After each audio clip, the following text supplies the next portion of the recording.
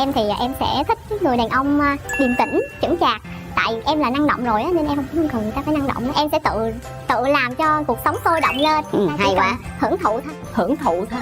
Rất là ưng ý. Theo ý kiến riêng của tôi thì hai đứa có lẽ rất hợp nhau. Nhưng mà thí dụ giờ Duy lấy vợ đi thì cô thấy chừng nào mới lấy được? Hai bên đồng ý thì có thể tuần sau luôn cũng được. Thôi, Dạ em cũng tặng anh một món quà.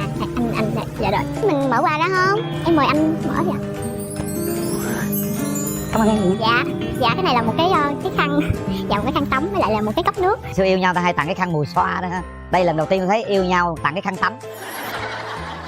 Không sao mà em đây rồi. Anh ơi buồn thì cứ khóc, bao lâu anh đã cố mạnh mẽ rồi. Thôi nhưng Em tên là Thùy Minh, năm nay em 24 tuổi. Em hiện tại đang là nhân viên pháp lý tại trường Đại học Nguyễn Tất Thành. Em sinh sống và làm việc ở quận 4. Hiện tại thì em sống có một mình thôi. Em sống với con mèo.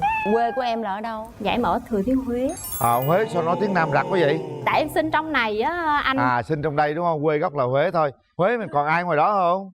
Dạ ở nhà thì em còn có ba mẹ sống cùng với gia đình của anh trai. Những anh còn lại thì vào đây sống ở trong Nam ạ. Tức là ba mẹ vẫn ở ngoài Huế ha? Dạ đúng rồi. Rồi, mời em trai. Dạ em chào anh Quyền Linh ạ. Em chào chị Ngọc Lan và quý vị khán giả. Rồi chào em. Em tên là Trần Lên Duy, năm nay 27 tuổi và hiện tại em đang làm kỹ sư phần mềm tại Tân Bình. Thì em đang sinh sống tại quận Gò Vấp Minh ở Gò Vấp với ai? Dạ em ở Gò Vấp với cô. Ở nhà cô á hả? Dạ.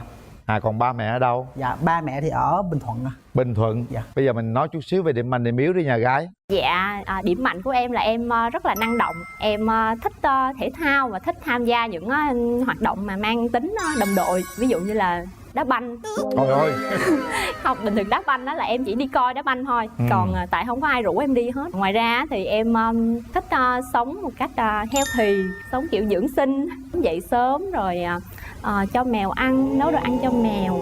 Tối là đi ngủ sớm, ăn chay mỗi tuần là hai lần. Dùng sống rất là lành mạnh. Dạ, sống kiểu dưỡng sinh đó chị. Không rượu bia. Lâu lâu ai rủ thì đi. Rủ thì là em đi, nhiệt tình. Cô gái bên kia rất là năng động luôn. Hay Rất lắm là đó. hiện đại luôn nha. Mời em trai.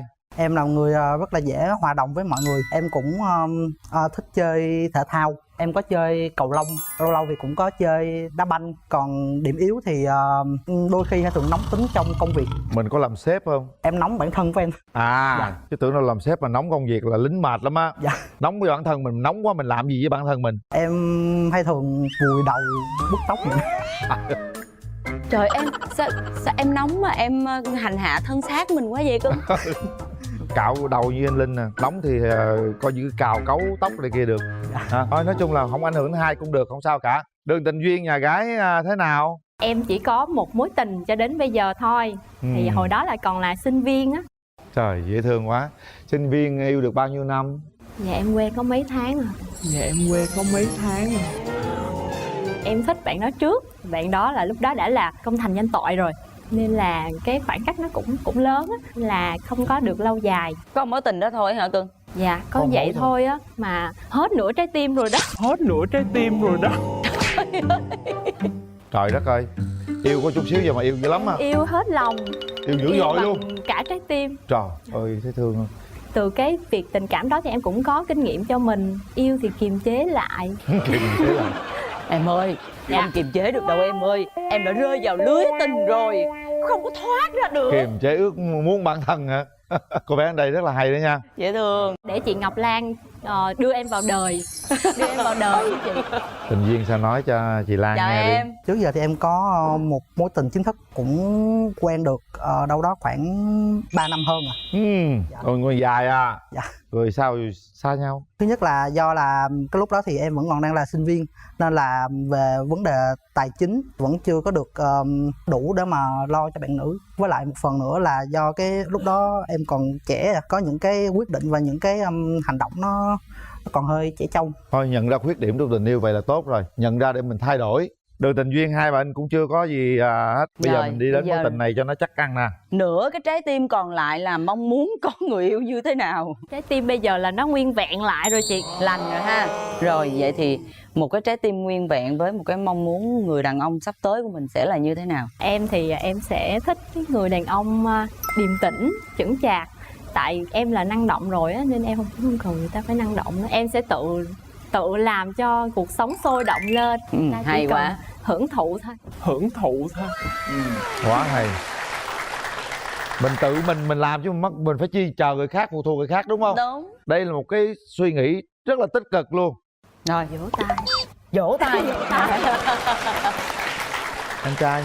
Mẫu người bạn gái lý tưởng của em là em thích một người phụ nữ hiện đại, có thể tự chăm sóc được cho bản thân của. Bên đó. Dạ, em cũng không thích bạn gái cứ suốt ngày ở nhà nội trợ. Tại vì những cái công việc đó thì bản thân em vẫn thể làm được. Trước thì em cũng có ở một mình, hay là từ chuyện nấu cơm, giặt đồ, rửa chén, tất cả các việc trong gia đình thì em đều thể làm được hết. Những người nội trợ đó họ giỏi vô cùng luôn, họ quán xuyến đủ thứ, nhưng vấn đề là bây giờ người phụ nữ hiện đại cũng không nên vào bếp nhiều quá, còn phải ra xã hội mình giao tiếp để mình làm nhiều công việc xã hội nữa. Vào bếp thì lúc nào ai rảnh làm cũng được. Hai bạn này á tuy rằng tuổi nhỏ nhưng mà suy nghĩ rất là có chiều sâu, giống như bạn gái bên kia kìa. Rồi bây giờ mình hỏi người thân đi. Em đi với ai? Dạ, em đi với mẹ. À, đi với mẹ hả? Dạ, con chào cô ạ. Chào MC Quyền Linh, chào MC Ngọc Lan và chào tất cả các anh chị em trong trường quay. Tôi là mẹ của anh Duy, đến từ Bình Thuận. Mình thấy con dâu tương lai bên kia mình ưng ý không? Rất là ưng ý. Theo ý kiến riêng của tôi thì hai đứa có lẽ rất hợp nhau. Nhưng mà thí dụ giờ Duy lấy vợ đi thì cô thấy chừng nào mới lấy được? Hai bên đồng ý thì có thể tuần sau luôn cũng được. Thôi nhưng có phải làm dâu không cô? Tôi đến đây vì một cái mong ước là con trai mình có vợ và tôi có được một đứa con dâu, cho nên là hoàn toàn nhờ vào chương trình giúp cho tôi điều đó. Có một cái hợp là tôi cũng sinh ra ở Huế. Dạ. Hay quá, cảm ơn cô rất là nhiều. Rồi, nhà gái đi với ai nè? Dạ em đi với chị ruột của em. Dạ, em chào anh Quyền Linh và chào chị Ngọc Lan ạ. Em là chị cũng như là bạn của Thùy Minh. Em cũng cảm nhận là bạn nam bên đây thì cũng rất là hợp với Minh. Thì Minh là một người như anh chị cũng nói là rất là hiện đại. Tuy nhiên thì cũng là công dung ngôn hạnh đủ đầy. Đối với bạn nam thì em cảm thấy bạn nam chắc có lẽ là hơi trầm một xíu, nhưng mà đi với Minh thì chắc sẽ rất là hợp. Tại vì Minh luôn có một cái nguồn năng lượng rất là tích cực. Và cái mối quan hệ của hai bạn này nếu mà cho nhau một cơ hội để dắt tay nhau ra về ngày hôm nay thì em nghĩ sẽ rất là thú vị ạ. Cảm ơn em. Bạn mình hôm nay ngồi đây rồi mình có người yêu chưa? Dạ để Minh trước chứ em cũng chưa có người yêu. Cũng hot girl chưa có người yêu đó. Bây giờ thì Mở rào. nào cố gắng lên chàng trai. Không gian này là của bạn đó. Mạnh mẽ lên. Bước tới.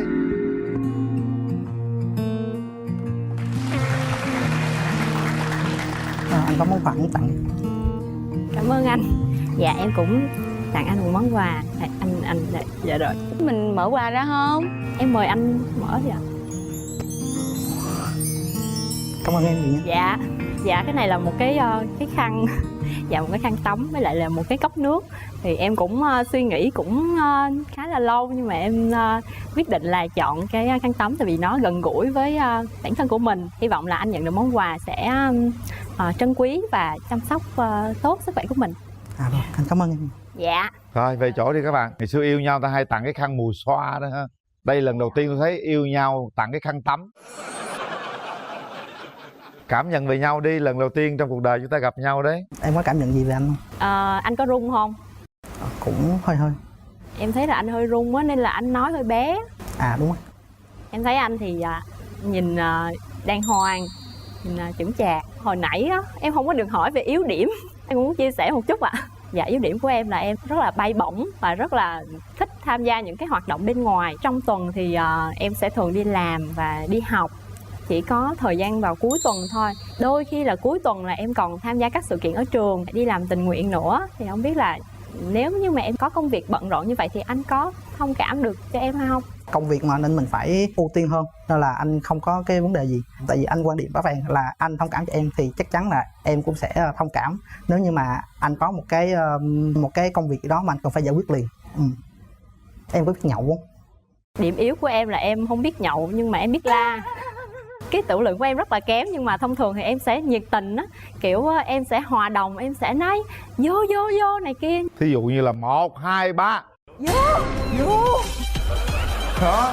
Dạ như vậy, nhưng mà thiệt ra là mình không có biết uống, mình uống rất là kém. Anh không có hay thường nhậu nhiều, anh cũng biết uống, nhưng mà anh không có kiểu uống hoài. Khi nào có những cái sự kiện đặc biệt á thì anh mới uống, còn không mà bạn bè rủ quá thì anh chắc chắn anh sẽ từ chối. Mà nếu như mà có bạn gái mà biết nhậu ở nhà thì mình có thể mình nhâm nhi chút xíu thì cũng vui. Chúng ta hãy nói về quan điểm hôn nhân gia đình của mỗi đứa để em có thể hiểu nhau hơn. Để em nói trước đi. Nhà anh có đông anh em không? Nhà anh thì hiện tại có một chị thôi. Nếu như vậy thì là tiến đến hôn nhân thì là sẽ về Bình Thuận, đúng không ạ? Anh cũng mong muốn về Bình Thuận á, do là cái công việc của anh thì nó không có bắt là phải lên văn phòng thường xuyên. Nhưng mà cái đó chỉ là mong muốn khi mà lúc mà anh đang độc thân thôi. Còn khi mà có bạn gái hoặc là tính tới chuyện xa hơn thì anh sẽ hỏi ý kiến của bạn gái, xong rồi mình sẽ tính toán xong. Em thích ở Hồ Chí Minh, mà tức là thời điểm về hiện tại là như vậy, tại vì tuổi trẻ mình còn dài, nhiều khi trong tương lai thì mình cũng sẽ có những cái thay đổi, những cái điều chỉnh riêng. Nhưng mà một cái là về cái mặt làm dâu á thì em không có ngại.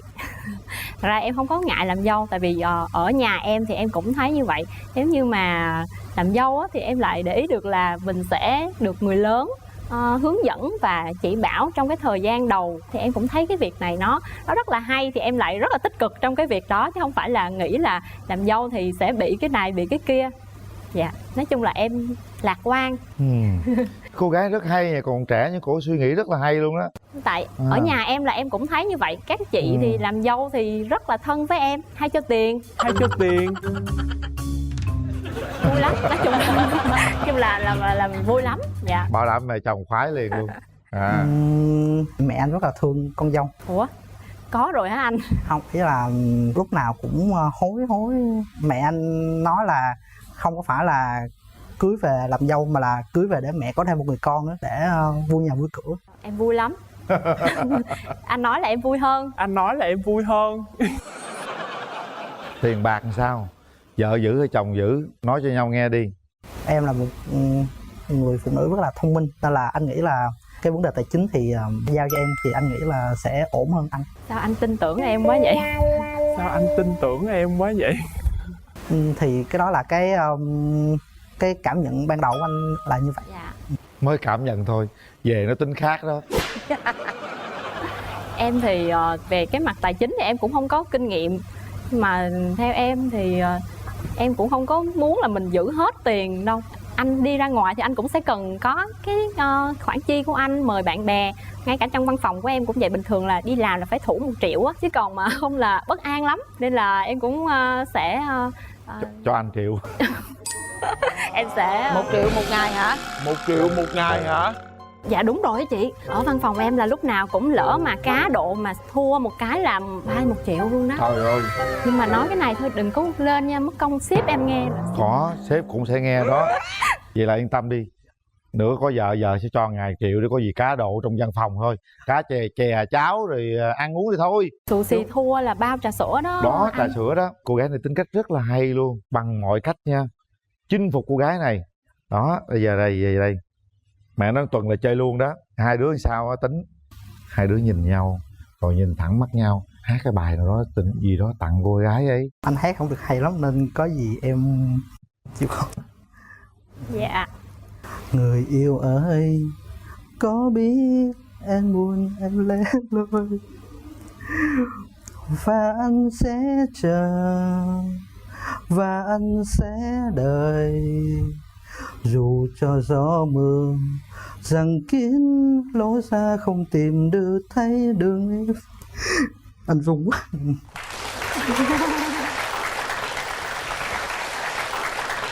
Không sao mà em đây rồi. Anh ơi buồn thì cứ khóc, bao lâu anh đã cố mạnh mẽ rồi. Thôi nhưng mà anh đừng khóc thiệt nha. Rồi Anh nghĩ thì mình gặp nhau đây cũng đã làm cái duyên rồi. Thì anh mong mình sẽ cho nhau một cơ hội để mà mình có thể tìm hiểu và mình có thể tiến xa hơn trong tương lai. Cảm ơn anh. Rồi về ghế ngồi các bạn. Những gì chúng ta đã chia sẻ với nhau chúng ta cũng đã biết hết rồi, cũng đã hiểu hết rồi. Các bạn sẽ quyết định sau 3 tiếng đếm của chị Ngọc Lan nha. 1 2 3.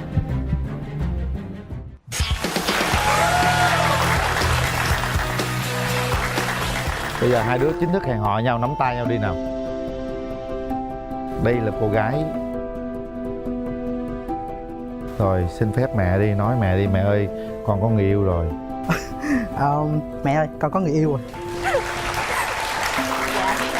Tuần nha con, Tuần. Nói với cô vài câu đi. Con chào cô.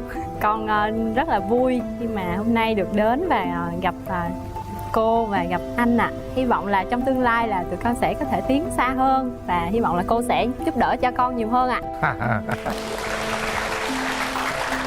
Thủ tục đầu tiên. Không má.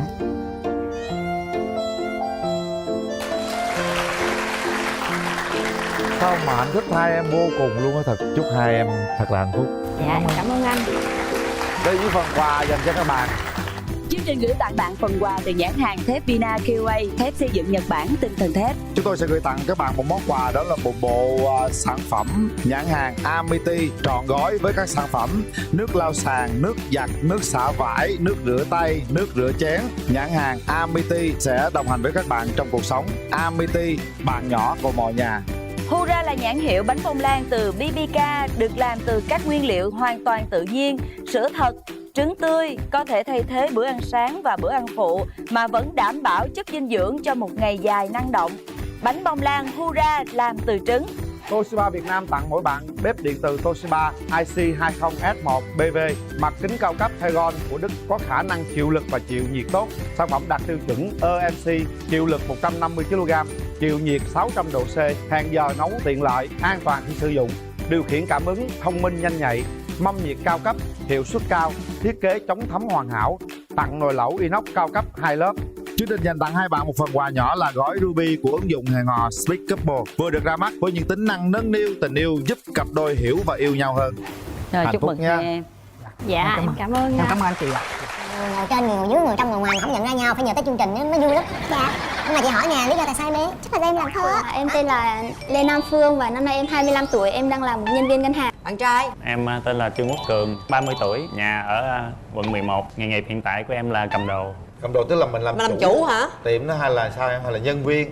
Dạ cầm đồ tức là em làm cho vay trong ngân hàng á, mà em hay nói như vậy. Bạn làm ngân hàng nào bạn? Dạ em làm bên ngân hàng xuất nhập khẩu Eximbank. Em làm ngân hàng nào? Dạ em làm bên BIDV ạ. Tưởng nhiều khi chung ngân hàng mà người ngồi trên, người ngồi dưới, người trong, người ngoài mà không nhận ra nhau, phải nhờ tới chương trình mới vui lắm. Dạ. Nhưng mà chị hỏi nè, lý do tại sao em bé? Chắc là do em làm thơ á. Hả? Em phát hiện ra một cái mối quan hệ khá là mật thiết, tức là khi mà em làm thơ tặng ai đấy á, là coi như là người ấy không đến được với tình ấy. Ồ. Mà bữa nay có làm thơ gì tặng anh bên này nữa không? Dạ có em. Nữa hả? Trời em ơi. có làm thơ nhưng mà em tặng cho hai anh chị. Bạn nam có thể nghe ké thôi. Rồi. Em xin phép đọc ạ. Tháng tư về đợi mưa rào trước ngõ, bạn muốn hẹn hò trao gửi tơ hồng xưa. Hai chúng mình đi hết bao mùa mưa, cùng đợi chờ người chưa từng gặp mặt. Giữa Sài Gòn nắng dâng trong đôi mắt, khoảng cách nào đứng giữa em và anh. Tấm rèm nhung ngăn nửa trái tim chân thành. Hai MC Quyền Linh, Cát Tường sẽ mai mối. Hạnh phúc mỉm cười khi trái tim mở lối. Đường đời yêu thương nắm tay nhau ta về. Hay quá. Dạ. Giọng rất là ngọt ha. Chỉ bắt chanh vô thôi uống luôn cũng được, khỏi cần bỏ đường.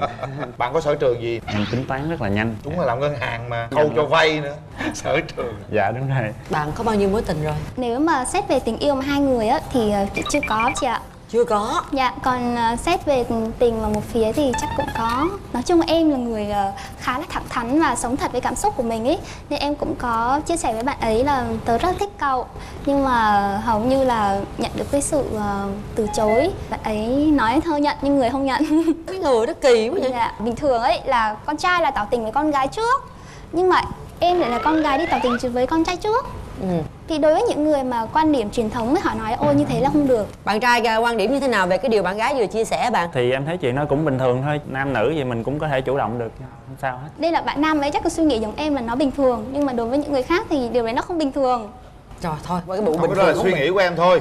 Em tự ti quá. Nhiều người nó thấy bình thường không sao cả. Tự tin lên em. Đúng rồi. Bây giờ bạn trai, bạn đã trải qua mấy mối tình rồi? Tới nay em trải qua là 2 rưỡi. 2 rưỡi. Rưỡi là sao bạn? Thì có cái mối tình gần đây nhất thì bây giờ em ngẫm lại không biết nó có phải là một mối tình không, nên thôi em tính hơn nữa thôi.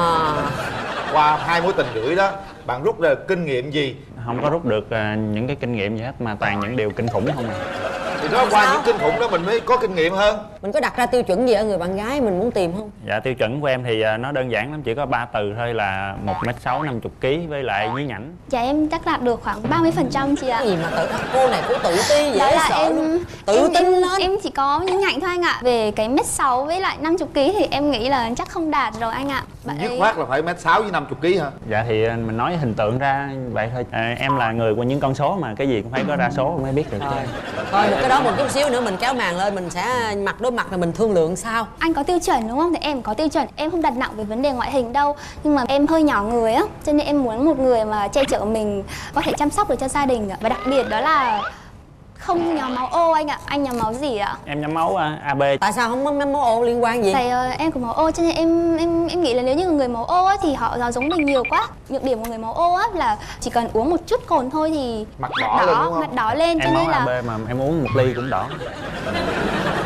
Cái này chắc không đúng. Từ xưa giờ chưa thấy người yêu nào đi tìm người yêu mà phải phân tích nhóm máu. Thì nhóm máu nữa là 10, còn nếu không á là 9.9 là được rồi. Bởi vì nếu như mà anh tròn quá thì anh sẽ lăn khỏi tay của em, cho nên 9.9 anh là không tròn đâu, không lăn khỏi đâu sợ.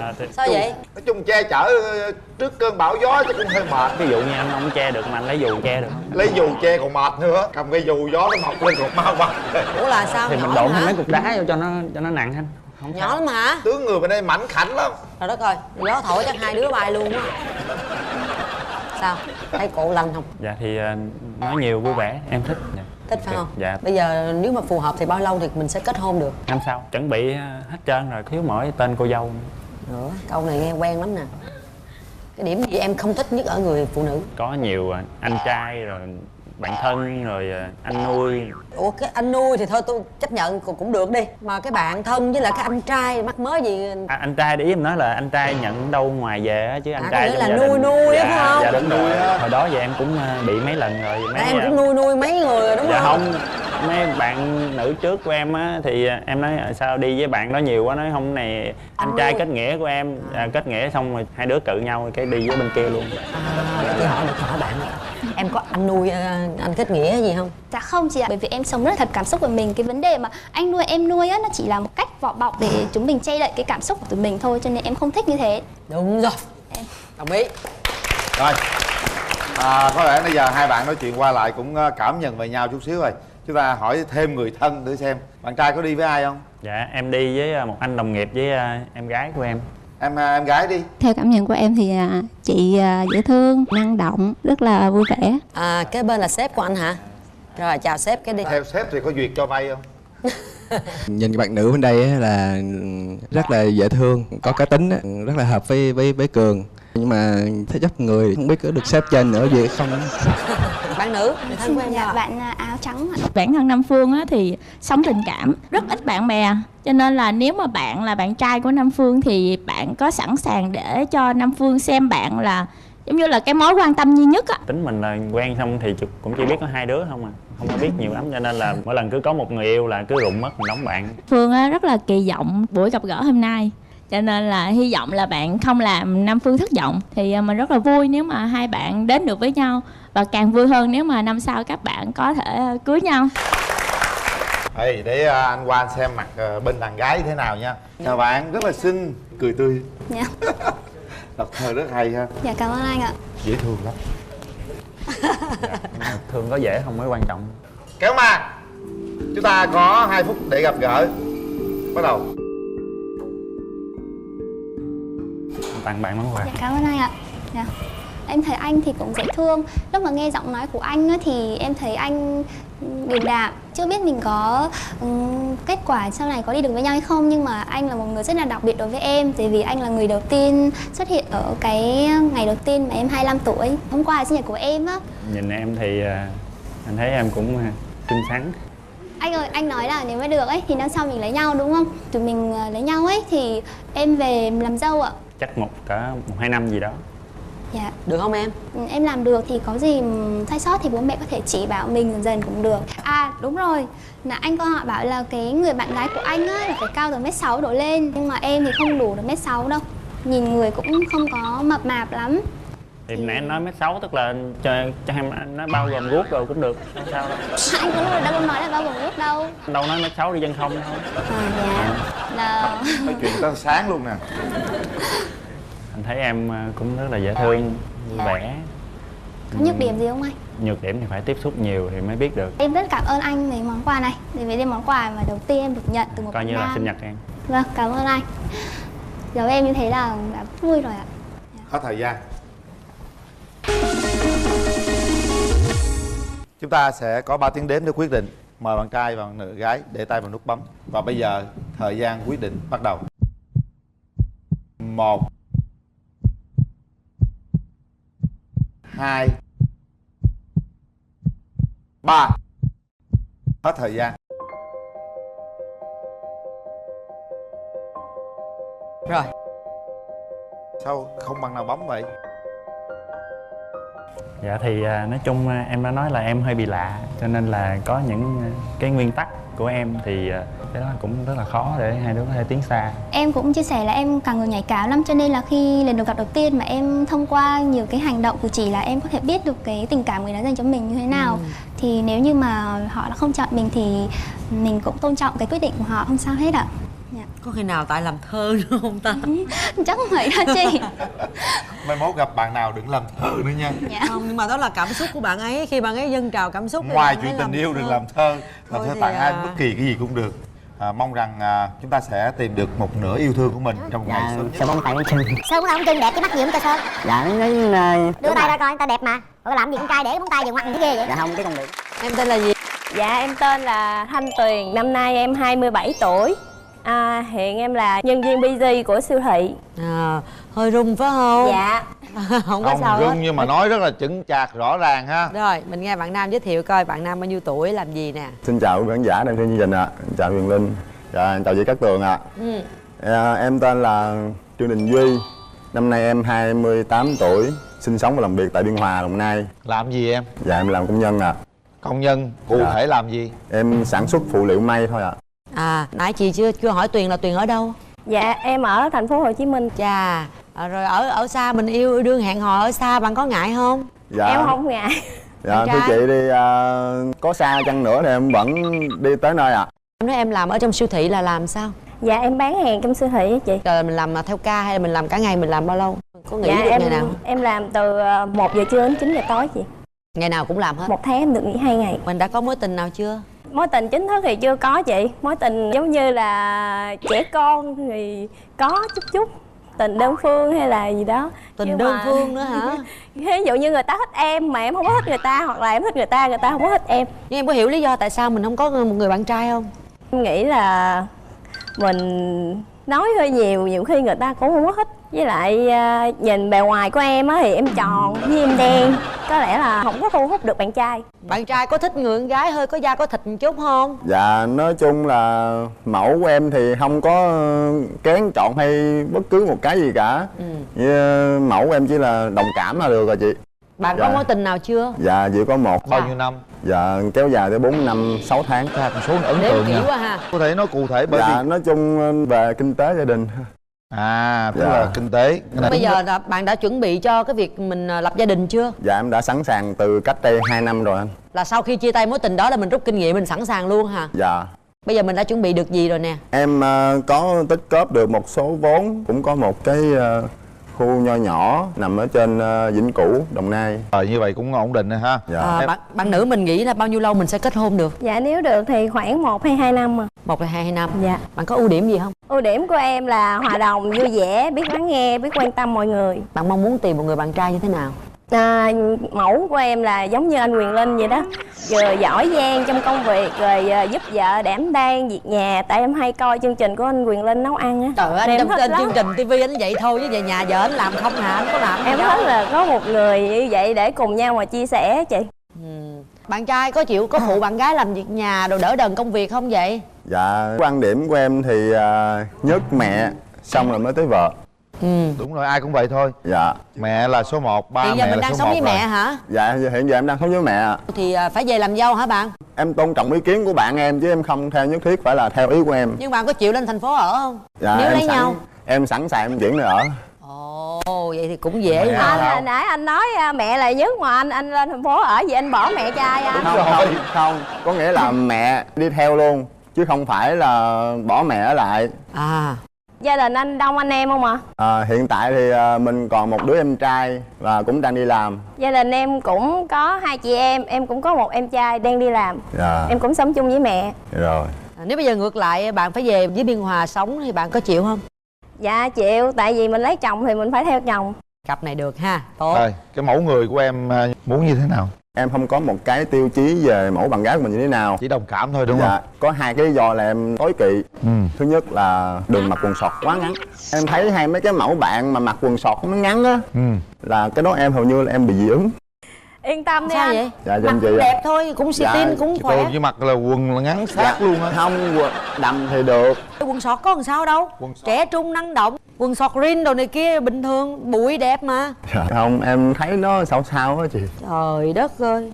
Điều gì nữa rồi, không thích gì nữa? Dạ, sơn móng tay móng chân. Sơn móng tay móng chân đẹp chứ mắc gì không cho sơn. Dạ, đưa tay ra coi, người ta đẹp mà.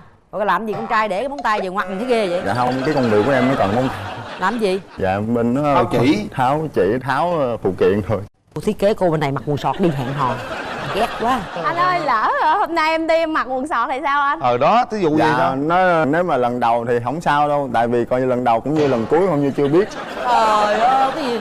Anh là bảo thủ dữ vậy? Anh nói gì vậy là chắc anh ở nhà anh là người có tính gia trưởng lắm phải không? Không, anh không gia trưởng, tại vì không phải là gia trưởng đâu. Nếu em cảm thấy đẹp thì em cứ mặc bình thường, nhưng mà đừng có thái quá. Theo em nghĩ nè, người ta thích mặc quần sọt thì cứ để ta mặc. Mình chỉ góp ý nhẹ thôi còn không được thì thôi. Bởi vì nhiều khi chân ta đẹp, chân ta dài trắng thôi để ta mặc. Khi nào chân có ghẻ không mặc thì thôi chứ, đúng không? Nay Tuyền đi đến đây có ai đi theo ủng hộ mình không? Dạ em đi cùng với em trai và bạn. Hai chị em giống nhau ghê. Dễ thương mà. Dạ em ai cũng tròn đều vậy đó. Hai chị em dành ăn nhau dữ lắm nè. Anh nhìn em trai của em sao là em bên này cũng vậy á anh. Dạ không, chào bạn. Đâu có tròn đẹp. Chào chị Cát Tường, chào anh Quyền Linh. Thấy anh trai bên đó như thế nào? Dạ, ảnh đẹp trai á chị. Gao gao thế anh hiền á. Ở nhà chị mình có tánh xấu gì không? Dạ thì chắc chị hay nói nhiều á. Anh trai có muốn nói gì với em trai không? Rồi hai người đàn ông dễ nói chuyện. Dạ, trước mắt hay gặp mặt thì biết mặt là được rồi. Đến khi mà mình hậu sau này á, mình sẽ tìm hiểu và nói chuyện với nhau nhiều hơn. Dạ. Bạn trai mình có đi với người thân không? Dạ, hôm nay em đi với mẹ. Có rồi. mẹ. Dạ rồi. Cô thấy tình hình hai cháu sao cô? Dạ, chào chú Quyền Linh, chào cô Cát Tường. Dạ. Dạ thấy cô bé này cũng mát mẻ, cũng mỉm mỉm dễ thương.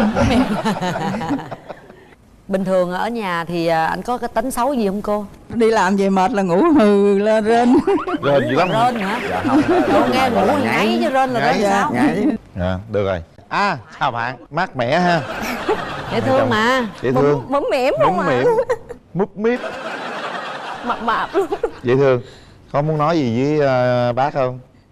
Bác chào bác đi. Con chào bác. Con muốn nói nhưng mà con run quá, không dám nói bác ơi. Không sao đâu, cứ bình tĩnh nói đại đi, nói đại đi. Đâu có dữ đâu mà con. Bác hiền mà. Nói đi nó. Bác rất là hiền. Thì lúc nãy anh cũng nói á, một là con sẽ đi về Đồng Nai con sống cùng với lại gia đình. Còn nếu mà con không chịu, con muốn sống ở đây á, thì gia đình sẽ lên sống cùng con. Mà anh nói là anh xem mẹ là nhất thì ai cũng vậy thôi. Nếu như con không chịu về dưới, con không chịu theo anh, thì anh lên đây rồi anh sẽ rời xa bác, thì lúc đó bác có còn yêu thương con không? Không, cái này cô nói lại cô còn một đứa con nữa, một thằng em nữa. Ví dụ như bây giờ nó theo vợ, nó ở cùng vợ thì cô vẫn còn một đứa con nữa, cô ở với đứa kia. Con thì Không sao. con chỉ hỏi, con nói vậy thôi chứ thì lấy chồng thì chắc chắn là phải theo chồng làm dâu. Nhưng mà họ thấy bác sao? Dạ thấy bác hiền. Có hậu á, mặt có hậu á. Cảm ơn chú Huyền Linh. Dạ thương con là chắc cũng thương dâu. Đúng rồi, thương lắm. Cái điều đó là đương nhiên rồi đó. Nhưng mà về dưới lo cho bác thời gian là coi như con ruột luôn rồi. Dạ. Đồng ý không? Đồng ý về Đồng Nai không? Dạ đồng ý. Đồng ý rồi, xong. Cô này rất là thông minh. Thôi chúng ta sẽ gặp gỡ nhau nha. Kéo màn lên. Ba mẹ nào cũng thương con, chứ quan trọng là mình đồng ý hay không thôi. Múp ma múp míp mũm mỉm mát mẻ, minh mẫn mập mạp. Thôi. Mời. Chào bạn. Nói chung là cũng mập mạp, mệt mỏi. Mệt mỏi đó anh. Anh mới nhìn thôi là anh mệt mỏi rồi đó hả? Không, mệt mỏi thì không có đến nỗi nào đâu, càng tốt. Như lúc nãy em đã nói thì mẹ là nhất, xong tới vợ. Nếu mà một mai á em mà có về hay là anh sẽ đi theo á thì anh sẽ dắt mẹ theo. Như mẹ cũng đã nói thì mẹ còn một đứa em nữa, thì mọi quyền quyết định á thì anh cũng lúc nào cũng tôn trọng em hết. Lần đầu tiên gặp gỡ cảm nhận thế nào? Còn mệt mỏi không anh? Hết rồi. Không dám nhìn, lắc đầu. Dạ. Thôi lắc đầu. Dạ hết mệt mỏi rồi. Em cảm nhận về bạn trai thì cũng hiền, cũng dễ thương. Nhưng mà ở trong lòng em có một cảm giác giống như là bạn ấy gia trưởng lắm. Không, anh đã nói rồi, anh không có gia trưởng. Thề đi. Thề ai tin anh? Có anh. Em tin. Có, nếu như em tin anh thề. Nếu như em tin thì anh sẽ thề. Vấn đề quan trọng giờ rút cái cuối xong mình bấm nút ha, bấm nút nào. Vậy có cho mặt con sọt không? Trời ơi, vậy mặt quần sọt là quá mát luôn anh. Vậy mặt quần sọt ai coi anh? Quá mát luôn, đâu sao mặt quần sọt. Giờ về dắt bạn gái đi tập thể dục nha không? Ok. Bây giờ chúng ta nói chuyện để hiểu nhau hơn, nói chuyện thoải mái để có thể đi đến một cái điều gì đó xa hơn. Quan trọng các bạn có quyết định cho chúng ta một cơ hội hay không. 3 2 1. Hết thời gian.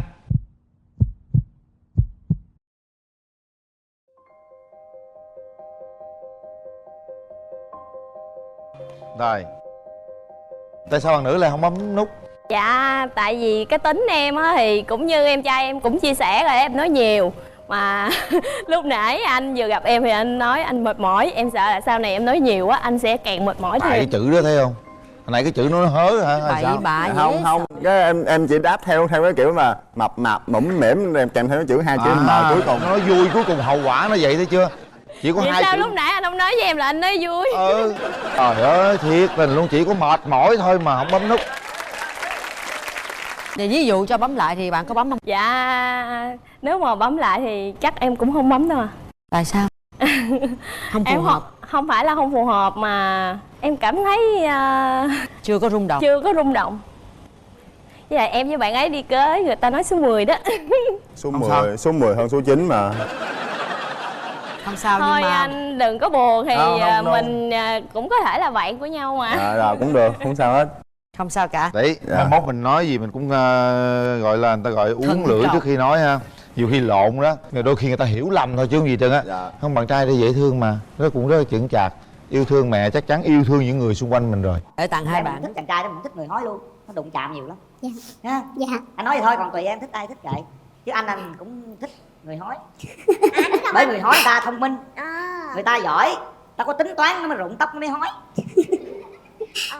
Em không thích đàn ông như thế nào? Chị không thích đàn ông như thế nào ạ? Dạ, nhậu nhẹt, hút thuốc, với lại là cờ bạc. Mấy cái đó thì quá rồi. Em có nhậu nhẹt, hút thuốc, cờ bạc không? Dạ em không cờ bạc và không hút thuốc và rượu bia thì cũng rất ít. Ít thôi, nhiều quá không tốt. Em có mẫu hình lý tưởng nào không? Đó là một người rất là đơn giản, mẫu người đàn ông biết chăm lo gia đình, thương vợ, lo cho con. Em có phải cảm nhận của tự mình đi, mình có phải là mẫu hình người đàn ông của gia đình không? Chắc là em cũng có đấy, cũng có trách nhiệm đấy. Có nhưng phải cố gắng lên nhá. Xin chào anh Quỳnh Linh và chị Nam Thưa. Dạ. Cùng bạn gái bên đó, cùng toàn thể quý vị khán giả đang có mặt tại trường quay. Em tên là Nguyễn Văn Bình, năm nay em 34 tuổi, em quê ở Bắc Giang. Hiện tại thì em đang làm nhân viên lái xe trong một công ty bên quận 7 ở thành phố Hồ Chí Minh ạ. Bình, dạ. 30 tuổi, Tại em 34 ạ. 34. Dạ. 34 tuổi, quê Bắc Giang. Dạ. Và đang lái xe. Dạ, em ở là quận 7. Dạ vâng ạ. Rồi mời đàn gái. Quý vị khán giả có mặt ở trường quay cũng như quý vị khán giả xem đài, xin chào anh Quyền Linh và chị Nam Thư. Dạ. Mình tên là Nguyễn Ngọc Nhung, hiện năm nay 35 tuổi, hiện sống và làm việc ở Củ Chi. Thì mình xin giới thiệu một vài điểm mạnh của mình về khoản nội trợ. Khoan chị, Dạ. Chị làm công việc gì ở Củ Chi? Dạ làm phát triển giày mẫu à chị. Phát triển nhà mẫu. Giày mẫu ạ. Giày mẫu. Dạ. Tức là mình làm cụ thể là văn phòng mà đúng không? Dạ đúng rồi ạ. Nhân viên văn phòng. Nhân viên văn phòng. Dạ. Ở quận mấy? Dạ ở Củ Chi anh Quyền Linh. Làm ở Củ Chi luôn hả em? Dạ. Củ Chi quận 7. Bình ở quận 7 luôn hả Bình? Dạ vâng ạ, em quận 7. Củ Chi quận 7 đi chắc cũng 4-50 phút tí đồng hồ ha. Bên đây là Bình, bên kia là Dạ Nhung ạ. Nhung nha, nhớ nha các bạn nha. Bên kia là Nhung, bên đây là Bình. Nhung hay là Nhung ạ? Dạ Nhung ạ. Nhung lụa, Nhung lụa. Dạ đúng rồi ạ. Hồng Nhung đó đúng không? Dạ không ạ, Ngọc Nhung ạ. Ngọc thì coi như Nhung á. Nhớ nha. Để hỏi cái nói chuyện đã, hỏi em tên gì, anh tên gì á. Bên kia Nhung, bên đây là Bình. Rồi, vậy bây giờ mời Bình giới thiệu về điểm mạnh và điểm yếu của bản thân mình nha. Dạ vâng ạ. Điểm yếu của em thì chế biến và nấu ăn rất kém ạ, cũng không khéo tay. Dạ, cũng sống cũng nặng tình nội tâm. Còn điểm mạnh của em thì em cũng rất thích ca hát, du lịch và thể thao ạ. Ca hát du lịch luôn. Dạ. Làm bài cho nó vui vui coi. Dạ, em đồng ý ạ. Rồi, nào.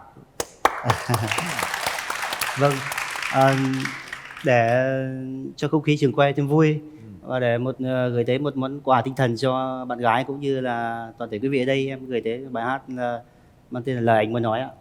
Dạ. Nói lớn lên bên kia nghe nha. Lời anh muốn nói đó bên đàn gái. Bắt đầu. Dạ. Anh chưa từng nói sẽ yêu em suốt đời, anh chưa từng nghĩ anh làm được điều đó, nhưng anh sẽ hứa anh yêu em thật nhiều, yêu em không cần lý do. Em đã mang đến cho anh những bất ngờ, em đã mang đến cho anh niềm hạnh phúc. Anh sẽ giữ mãi những phút giây ngọt ngào, sẽ giữ cho mình anh thôi. Xin em đừng khóc khi anh không kề bên, xin em đừng khóc khi đôi ta giận hờn. Đừng để nước mắt xua đi mọi niềm vui, hãy để nụ cười nở trên môi của em. Hãy cứ để anh quan tâm em ngày đêm, hãy cứ để anh sống với những mong chờ. Muốn nói một điều từ sâu trong lòng anh yêu em chỉ vậy thôi. Wow. Đấy, một cái lời giới thiệu đàn trai rất là ấn tượng nha. Mời đàn gái. Dạ em xin giới thiệu về điểm mạnh của em về khoản nội trợ cũng như là nấu ăn thì tự chấm cho mình một điểm cộng. Về trong giao tiếp xã hội thì tương đối ổn. Trong công việc em là một người rất là cầu tiến và làm việc rất là có trách nhiệm. Đối với gia đình thì em quan tâm chăm sóc, cũng như là đối với bạn bè thì rất là yêu thương và chăm sóc. Với lại là có một điểm là luôn luôn nghĩ và vì người khác trước, sau đó mới tới bản thân mình sau. Hay quá. Rồi không, chị nói thực sự là điểm mạnh, điểm yếu của chị nói một cách thực sự là quá hoàn hảo. Kể cả điểm yếu, tức là nhìn thẳng thắn vào vấn đề của mình.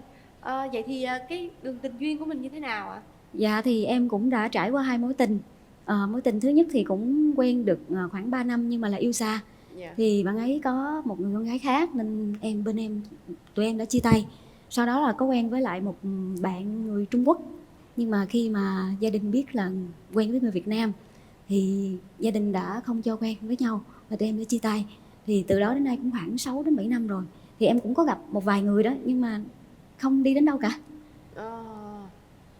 Tức là trải qua 2 mối tình và mối tình cuối cùng kết thúc cách đây 6-7 năm. Dạ, rồi. Đàn trai ơi. Dạ, em vậy còn đường tình duyên của mình thì như thế nào? Dạ, em cũng trải qua 3 mối tình ạ. Dạ. 3 mối tình. Dạ. Mối tình nào dài nhất? Dạ, mối tình dài nhất là mối tình thứ 3, cách đây khoảng em và bạn đó cũng quen nhau khoảng 4 năm. 4 năm luôn. Dạ. Nhưng tại sao lại chia tay? Dạ, lý do là vì khi đó thì em lại có đi xuất khẩu lao động. 3 năm bên Đài Loan. Và có lẽ là lỗi là do em. Dạ. Tốt, đàn ông nhận lỗi là do mình là tốt. Không biết ai lỗi nhưng mình cứ nhận về mình trước cái đã. Anh nghĩ rằng chắc là xa mặt cách lòng, ít chăm sóc với nhau, hay là vì một cái gì đó mình phải bôn ba nước ngoài để mưu sinh, vân vân. Vấn đề chúng ta sẽ rút ra kinh nghiệm sau 3 mối tình đó, chúng ta bị lỗi cái gì để chúng ta sẽ bồi đắp cho cái mối tình này nè. Theo em thì mình lỗi cái điều gì? Dạ, theo em thì có lẽ cũng như một phần là lý do là anh nói là xa mặt cách lòng, khoảng cách nó làm cho tình cảm nó sẽ phai nhạt. Cái đó không phải là lỗi, do khoảng cách mình không chăm sóc bạn gái hay sao? Không quan tâm hay sao? Dạ, cũng thời gian đầu thì em có quan tâm và chia sẻ, nhưng rồi thì thực sự bên đó thì em cũng có quen một bạn gái khác ở bên đó, và em cũng có điện về, cũng có chia sẻ, cũng tâm sự là chia sẻ thật, và cũng mong là bạn đó ở Việt Nam có thể tìm được một người phù hợp hơn và tiến tới hôn nhân, tại vì cũng không còn trẻ. Rồi, anh hiểu rồi. Dạ. Như vậy là vì qua bên đó cũng buồn, cũng tìm một cái người yêu ha. Dạ. Nhưng mà cái hay làm điện về cho người này biết. Dạ. Nếu không mình giấu là cũng tội cho người ta. Dạ. Rồi, mình đã tìm ra được cái nguyên nhân tại sao mình có thể thất hứa với lại những mối tình trước rồi. Cố gắng mối tình này chúng ta phải hoàn thiện hơn nữa, phải chăm sóc người yêu, yêu thật lòng mình hơn nữa em nhé. Dạ, em hiểu. Cái mẫu hình lý tưởng á, mà chị mong muốn là như thế nào? Dạ, tại vì em là một người phụ nữ của gia đình thì em vẫn muốn tìm một người đàn ông là một người bạn trai trước tiên là biết chăm lo cho gia đình, cầu tiến cũng như là chăm chỉ, với lại là chung thủy. Chung thủy. Dạ. Vậy thì còn về ngoại hình thì như thế nào? Chị mong muốn như thế nào? Dạ, cao trên 1m65. Dạ. Không hói với lại không bụng phệ. Để tôi không hói không bụng phệ. Để tôi qua. Dạ, chào anh Việt Linh ạ. Hói sao rồi bụng phệ thì sao? Dạ, bụng phệ là bụng bia ạ. Đâu phải ai có người không uống bia bụng vẫn phệ vậy. Hói sao? Sao mà em không thích?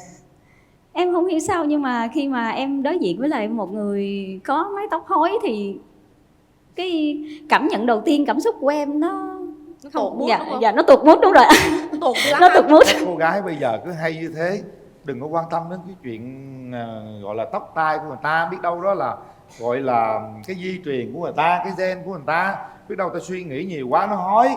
Cái điều quan trọng đối với các cô gái anh nghĩ là gì? Cái người đối diện người ta có yêu thương mình hay không, người ta có quan tâm với mình hay không. Bây giờ giữa một người chồng rất là đẹp trai, suốt ngày lăng nhăng nhậu nhẹt với một người rất là hói, người ta vẫn thương em, người ta chăm sóc yêu em cả cuộc đời luôn, vậy thì em chọn ai? Chắc chọn giống như người anh Quyền Linh nói à. Thấy chưa? Nhiều khi mình nói ra mình không chọn hói bụng phệ, đôi khi nó đụng chạm đến nhiều người. Có hói anh Linh có vẻ bảo vệ quá ha. Không được đúng không? Nói thôi, thật sự á, cái chuyện này cũng là chuyện vui thôi. Mình có quyền đưa ra cái nhu cầu của mình, nhưng mà anh thấy rằng cũng thấy thương mấy người hói bụng phệ quá, người ta cũng đâu có làm gì đâu mà mình không thích. Mình nói chung là mình nói câu nào không phù hợp, chưa phù hợp thì còn nghe nói tôi không thích cái người hói. Tôi nói nha, mấy người hay nói vậy đó, nhìn thôi, ba hay là ông của mình á, sống tới lớn tuổi thế nào nó cũng hói à. Không lẽ mình không thích chàng trai đó, mình không thích người hói luôn, nó đụng chạm nhiều lắm. Dạ.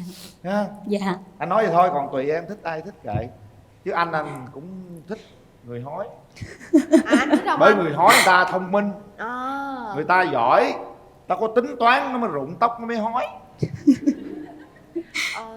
Em không thích đàn ông như thế nào? Chị không thích đàn ông như thế nào ạ? Dạ, nhậu nhẹt, hút thuốc, với lại là cờ bạc. Mấy cái đó thì quá rồi. Em có nhậu nhẹt, hút thuốc, cờ bạc không? Dạ, em không cờ bạc và không hút thuốc, và rượu bia thì cũng rất ít. Ít thôi, nhiều quá không tốt. Dạ. Em có mẫu hình lý tưởng nào không? Đó là một người rất là đơn giản, mẫu người đàn ông biết chăm lo gia đình, thương vợ, lo cho con. Em có phải cảm nhận của tự mình đi, mình có phải là mẫu hình người đàn ông của gia đình không? chắc là em cũng có đấy ạ, cũng có trách nhiệm đấy. Có nhưng phải cố gắng lên nha. Dạ. Phải thương vợ thương con, chăm sóc vợ con, lo cho gia đình mình. Cuộc sống này rất nhiều cạm bẫy nhưng mình biết kiềm chế để mình lo cho gia đình là được rồi. Dạ. Đó, đàn trai như vậy đó. Rồi, Qua xem mắt đi. để em qua kiểm tra đàn trai coi sao nè. Đàn trai tôi đẹp trai lắm mà, ở Bắc Giang á. Em chào chị Nam Thư. Chào anh. Dạ. Tóc hai mái rồi, Thôi. vuốt vuốt hai mái rồi, dễ thương. Anh ơi, Dạ. cái mẫu bạn gái lý tưởng mà anh mong muốn là gì? Dạ thì em mẫu bạn gái lý tưởng em cũng rất mong muốn là một cô gái thiên về truyền thống, cũng nữ tính và dạ. Như nãy giờ bên đàn gái này giới thiệu thì có thể hình dung ra là cô gái bên này là như thế nào không? Cũng là một cô gái của gia đình. Có gia đình. Là người phụ nữ của gia đình. Cô gái của gia đình chứ không phải cô gái có gia đình. Cô gái của gia đình hết hồn. Dạ. Ủa mà anh ơi, như em thấy anh quen mấy em gặp anh đâu rồi ta? Dạ trước đây thì em có lái xe cho chị ca sĩ Hồ Quỳnh Hương thì cũng có thể là chị em mình đã gặp nhau ở chương trình nào đó. Chi em thấy anh quen. Từng là tài xế riêng của chị Hồ Quỳnh Hương. Dạ. Vậy là em đi chúng Hồ Quỳnh Hương mấy lần rồi đúng không? Ủa rồi sao nghĩ mà làm cho chị Hồ Quỳnh Hương là tham gia showbiz cũng ra đi vô thấy vui không anh? Dạ là những tháng ngày mà được lái cho chị Hương thì được tiếp xúc với những các anh chị nghệ sĩ là những kỷ niệm đẹp nhất trong đời, có lẽ là vậy. Dạ. Ủa rồi sao nghĩ rồi đi ra lái ở ngoài à? Dạ thì khi đó em về quê thì gia đình cũng bắt ép, cũng lớn tuổi rồi, cũng mong muốn là về quê lập nghiệp, là có gia đình để cho ba mẹ yên lòng. Và rồi em đã từ chối, em đã không quay lại làm với anh chị nữa. Thì khi vào thì chị tuyển người gái thì em cũng chủ động nói chị để chị chủ động là tìm người mới. Nhưng mà rồi là chắc có nghĩa là duyên nợ, em vẫn cứ yêu thích Sài Gòn và lại quay lại và tham gia chương trình. Dạ. Rồi ráng lấy vợ đi rồi mời chị Hồ Quỳnh Hương qua hát bài. Qua hát bài nữa, trời ơi là đám cưới bao vui luôn. Dạ. Anh ơi, điều gì anh không thích nhất ở phụ nữ? Dạ, điều em không thích nhất ở phụ nữ là bạn đó, người phụ nữ quá là ích kỷ. Ích kỷ. Dạ. Ích kỷ là ích kỷ như nào? Ví dụ ích kỷ là yêu thương bản thân mình đó hả? Dạ, em cũng không thích người phụ nữ là quá mít ướt điệu đà. Dạ. Không thích điệu đà quá. Dạ, em thích đơn giản thôi. Rồi. Cái điệu đó là gái ta phải điệu chứ. Dạ. Điệu dễ thương chứ có gì đâu. Dạ. Điệu vừa thôi anh ạ. Hả? Điệu vừa thôi ạ. Điệu vừa thôi hả? Dạ. Hiện tại là tình hình gia đình là đang rất hối anh mà đúng không? Dạ. Có hối không? Vậy Dạ. thì anh chuẩn bị kế hoạch tương lai sẵn cho cái dự định kết hôn chưa? Là ví dụ như mình kế hoạch tài chính như thế nào, nhà cửa xe cộ ra sao? Dạ thì em thì cũng mong muốn là cũng muốn lập nghiệp, cũng muốn sống ở trong miền Nam này. Dạ thì ba mẹ em thì cũng tùy thôi, nhưng là sẽ theo ý của em ạ. Dạ. Còn cái kế hoạch tương lai của anh thì như thế nào? Như Thư hỏi đó. Nếu mình ý chị Thư hỏi là nếu như lấy vợ về sẽ ở đâu? Ở và đâu làm nè? gì để phát triển kinh Làm tế? gì nè để phát triển kinh tế gia đình? Dạ trước mắt thì khi còn trẻ thì em nghĩ nếu như có vợ thì sẽ tập trung làm ở Sài Gòn ạ. Thì cũng sẽ cố gắng mình làm và có thể gia đình hỗ trợ thêm thì biết đâu thì có thể mình có thể lập nghiệp ở trong miền Nam này được. Đúng rồi. Dạ. Anh thấy thế này, những chàng trai trẻ thì còn lo bay nhảy như cái độ từ 30 trở lên đó. Dạ. Thì ta bắt đầu phải hướng tới một mục đích là phải có nhà. Đúng rồi. Để khi mình lấy vợ, vợ con cũng có cái chỗ dựa đó. Chứ không Dạ. lẽ giờ mình không có mục đích. Biết rằng đôi khi cuộc sống nó cũng rất là khó khăn trong việc mưu sinh. Dạ. Nhưng nếu chúng ta có khát vọng á, chúng ta hướng đến điều đó thì nó sẽ thành. Còn Dạ. nếu mình không hướng tới thì người phụ nữ kế bên mình cũng lo chứ rồi. Thì tôi lấy ổng tôi ở đâu? Dạ. Rồi tôi lấy ổng rồi mai mốt rồi con cái sinh ra rồi lo làm sao? Em hiểu. Thành ra là mình Dạ. phải có khát vọng, mục tiêu để mình đặt ra để cho phụ nữ ta yên tâm. Vậy Dạ. á. Dạ. Em biết. Rồi.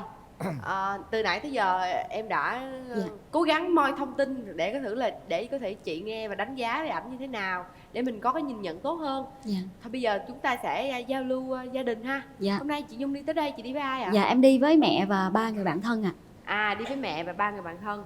Dạ xin chào mẹ của chị Nhung ạ. Dạ con chào cô ạ. Con mời cô. Chào cô. Cô ơi, cô thấy bên đàn trai con rể tương lai của mình như thế nào? Cô có vừa ý không? thấy thì cũng hiền, thấy Chào cũng cô. được.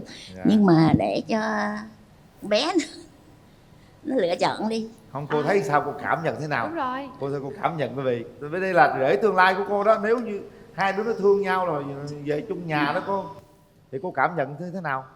Thấy cũng hiền, thấy cũng được. Dạ. Hiền cũng được hả? Rồi muốn nói gì với cô đi để cô yên tâm. Chào cô. Dạ. Chào cậu. Con rất cảm ơn cô và cùng với gia đình hôm nay đã đến trường quay. Thì cũng nhờ chương trình, nhờ chị Nam Thư và anh Quyền Linh là hai MC quốc dân đã bài mối cho rất nhiều đôi thành công. Thì hôm nay con đến đây con cũng tự cho mình một cơ hội. Thì rất mong là tụi con sẽ có duyên và có nợ để tìm hiểu, để tiến xa. Cảm ơn cô đã đến trường quay.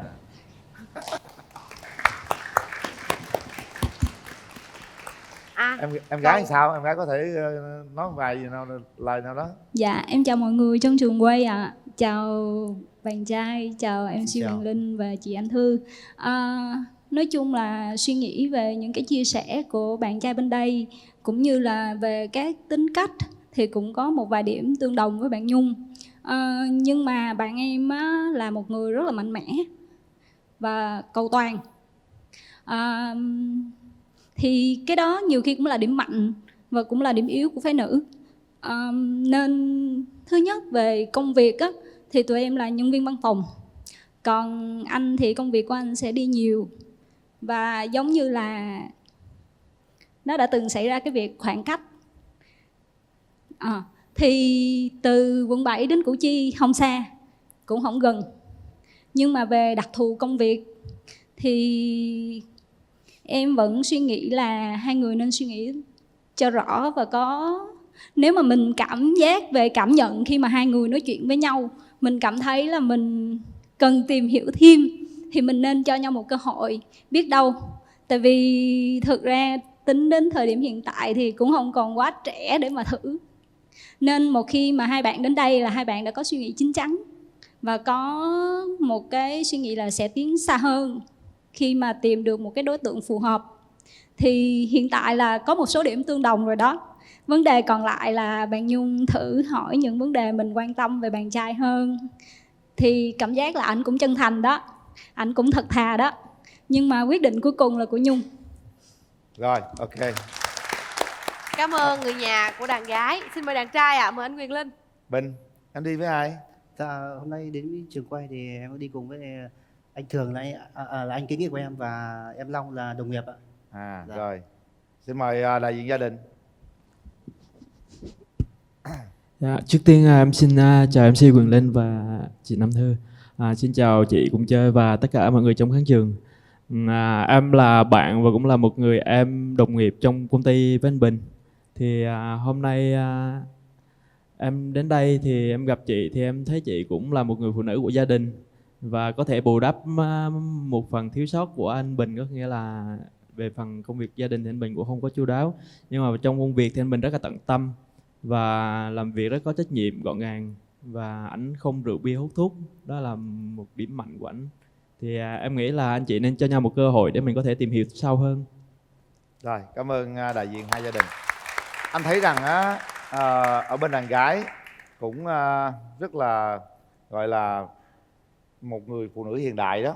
Dạ. Một người cũng có chiều sâu trong cuộc sống, cũng có gọi là quan tâm đến gia đình và đang hướng tới mục đích là có gia đình.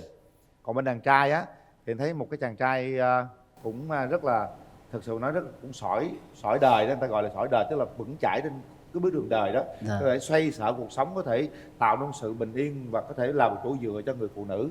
Dạ. Và em ở trong đàn trai có một cái sự chân thật rất là rõ ràng, đấy cái đánh giá của anh. Còn bây giờ thì mình cộng tất cả mọi đánh giá và mọi góp ý lại, chúng ta sẽ gặp nhau để quyết định do hai bạn nha. Rồi bắt đầu mở rào.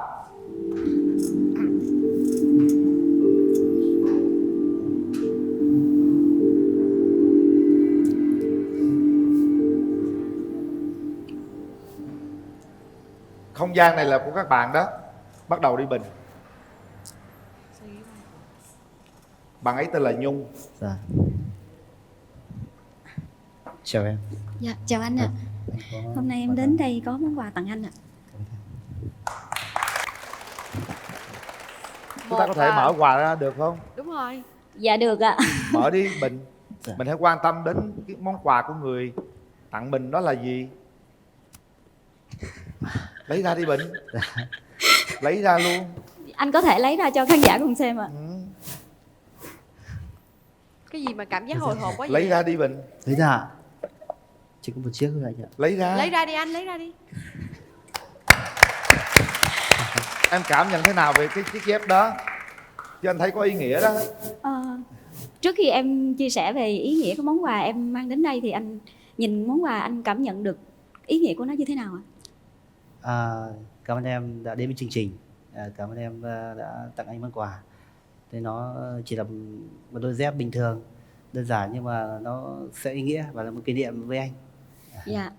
Dạ đúng rồi, như anh nói là nó là một món quà rất là bình thường nhưng mà nó có một cái ý nghĩa rất là sâu sắc. Ý nghĩa sâu sắc lắm đấy. Theo em, thứ nhất là như quan niệm của người xưa thì khi mà một người con trai và người con gái quen với nhau, mình tặng một đôi giày hoặc đôi dép thì người đó sẽ đi mất.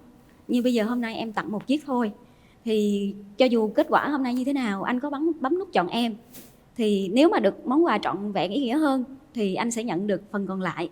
Với lại là vì sao em không chọn đôi giày mà em chọn đôi dép? Tại vì khi mà dép nó thể hiện cho cái sự thoải mái, thì em muốn là cái mối quan hệ của chúng ta bắt đầu một cách thoải mái nhất.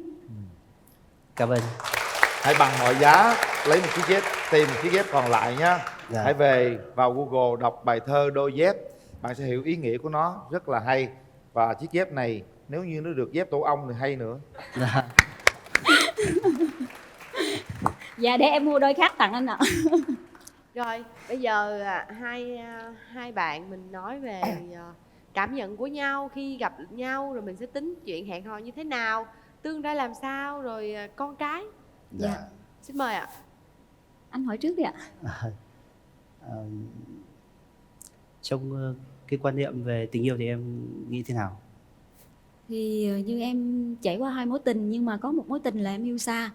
Thì nói chung là về kinh nghiệm tình trường thì không có nhiều, nhưng mà quan niệm của em là khi mà hai người đã quen với nhau, đến với nhau thì chân thành, chung thủy và cố gắng mình bù đắp cho những thiếu sót của nhau. Còn suy nghĩ của anh thì trong tình yêu thì không có hoàn hảo. Khi yêu chỉ cần chân tình.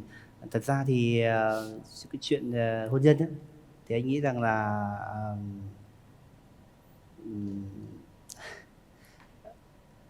chuyện tình cảm thì anh nghĩ rằng là nó đến với nhau từ sự chân thành. Còn trong hôn nhân thì anh nghĩ chất xúc tác rất quan trọng nhất cần trong một hôn nhân đẹp đó là sự chung thủy. Thì qua tiếp xúc trò chuyện và nhìn nhận thoáng qua thì anh thấy em là người phụ nữ của gia đình. Cảm là ơn mỗi anh. người phụ nữ truyền thống. Cảm ơn anh. Dạ, với lại như hồi nãy nghe chia sẻ thì thứ nhất là do tính chất công việc giống như bạn em đã nói, và anh cũng đã có một kinh nghiệm, một trường hợp xảy ra tương tự là do khoảng cách nên dẫn đến là chia tay. Thì anh suy nghĩ nếu mà chúng ta bắt đầu một mối quan hệ và cái khoảng cách địa lý của chúng ta như vậy thì anh thấy khó khăn như thế nào? Và anh có cảm thấy là giữa chúng ta có thể tiếp tục tìm hiểu nhau sau chương trình này, đi sâu hơn nữa và sau này có một cái kết cục viên mãn? Trong suy nghĩ của riêng anh thì là ngày hôm nay được gặp em ở chương trình là những giây phút này với anh cũng thấy là rất chi là đẹp, một kỷ niệm đẹp, sâu sắc và đáng nhớ trong cuộc đời. Nếu chúng ta mà không thành sau chương trình không thành bạn đời, hoặc là thì chúng ta có thể là bạn hiền, là tri kỷ. Cũng là rất chi là may mắn và vui mừng vì có chương trình. Mình có thêm được một cái bạn. Và có một điểm nữa là do đặc thù công việc nên tụi em cũng không sử dụng được internet, kể cả điện thoại smartphone. Thì nếu giả sử như em với anh quen nhau thì kể cả trong giờ làm việc, trừ giờ ăn cơm trưa thôi, thì em có thể liên lạc với anh. Thì có như là nó hạn chế cái thời gian mình tiếp xúc gặp nhau nhiều hơn. Thì thường là em chỉ rảnh thời gian vào buổi tối. Thì anh thấy điều đó nó cũng có một cái trở ngại hoặc là khó khăn cho chúng ta bắt đầu một mối quan hệ mới không ạ? Anh thấy cái đó thì cũng không có gì là khó khăn cả. Thấy bình thường.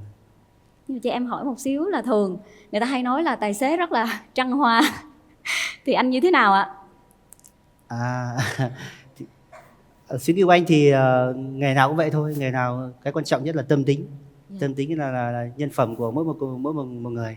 Chứ không cứ gì là cứ là tài xế, là lái xe là sẽ đa tình, sẽ phong lưu. Em hy vọng là như vậy ạ. Cái này cũng tội nghiệp cho tài xế, anh cũng binh tài xế chút xíu. Mang tiếng tài xế ngày xưa là đi đường dài, đi cả tháng 2 tháng thì đến đâu người ta buồn, người ta ghé chơi chút rồi người ta có tình cảm. Còn bây giờ tài xế chạy đâu có ở đâu đi 1 tháng đâu, đi suốt lái còn không nổi nên lấy đâu có thời gian mà quan tâm tới một người khác. Đặc biệt là tài xế này, tài xế lái ở thành phố, lái cho sếp không mà sao nói chuyện với ai đâu mà cua ai. Thành ra cái quan điểm ngày xưa tài xế trăng hoa thì cũng tội nghiệp cho các anh, phải không? Giờ nó thay đổi rồi. Đúng rồi. Giờ khó lắm chứ không phải như ngày xưa dụ được đâu. Tới với chương trình thì cả hai bạn có một món quà tinh thần nào muốn tặng cho nhau hay không? Hả chị Nhung? Dạ. Hát một bài. Dạ em hát một đoạn ạ. Rồi mời Nhung. Họ ơi, ơi ơi họ ơi, họ ơi, ơi ơi họ ơi, về Củ Chi. Xin lỗi, em ngừng tới đây được rồi ạ. Và chấm như thế nào thì em sẽ tiết lộ sau ạ. Giọng hay đó. Bây giờ á, chúng ta trò chuyện cũng đã lâu rồi. Dạ. Mình đã nghe rất nhiều cái ý kiến xung quanh, từ người thân, từ anh, từ Nam Thư này kia rồi. Bây giờ chúng ta kiểm tra lại. Hai bạn nào tiến tới đi. Tiến tới. Chúng ta hãy nắm tay nhau. Nắm đi. Để xem có một chút gì đó. Nắm hai tay luôn. Đúng rồi. Phải thật thoải mái trong này. Coi chúng ta chỉ là những người bạn đi. Chúng ta cảm nhận từ lúc nói chuyện cho lúc nắm tay, để xem có hơi ấm nó có hợp với nhau hay không. Và trong giây phút này, các bạn suy nghĩ điều gì về người đối diện, hãy nói cho nhau biết. Nắm cái gì đây? Rung quá. Rung gì đấy nè. Hai cái tay nó phải thế này đấy. Đó. Chứ ai để con gái nắm tay con trai ha? Chắc tại lâu quá. Chúng tôi muốn tạo tất cả mọi điều kiện để các bạn có thể hiểu nhau nhiều hơn ha. Rồi hãy nhìn nhau và nói cái gì đó. Mình suy nghĩ điều gì đó. Hiện nay mình suy nghĩ điều gì trong lòng của mình, có nói thật ra, nói cho nhau đi. Nói đi. Bất cứ cái gì. Thật ra thì em nghĩ là đến với chương trình này cũng như là gặp anh là một cái duyên. Tại thật ra trước đây là chương trình có mời em phỏng vấn đi casting rất là nhiều lần và em đã từ chối đúng 3 lần. Và lần cuối cùng là em quyết định đi, thì em nghĩ là đến đây cũng đã là một cái duyên rồi, gặp anh cũng là một cái duyên. Còn nợ thì không biết như thế nào. Đúng thì rồi. Sau này sẽ biết. Còn em? Dạ. Còn em thì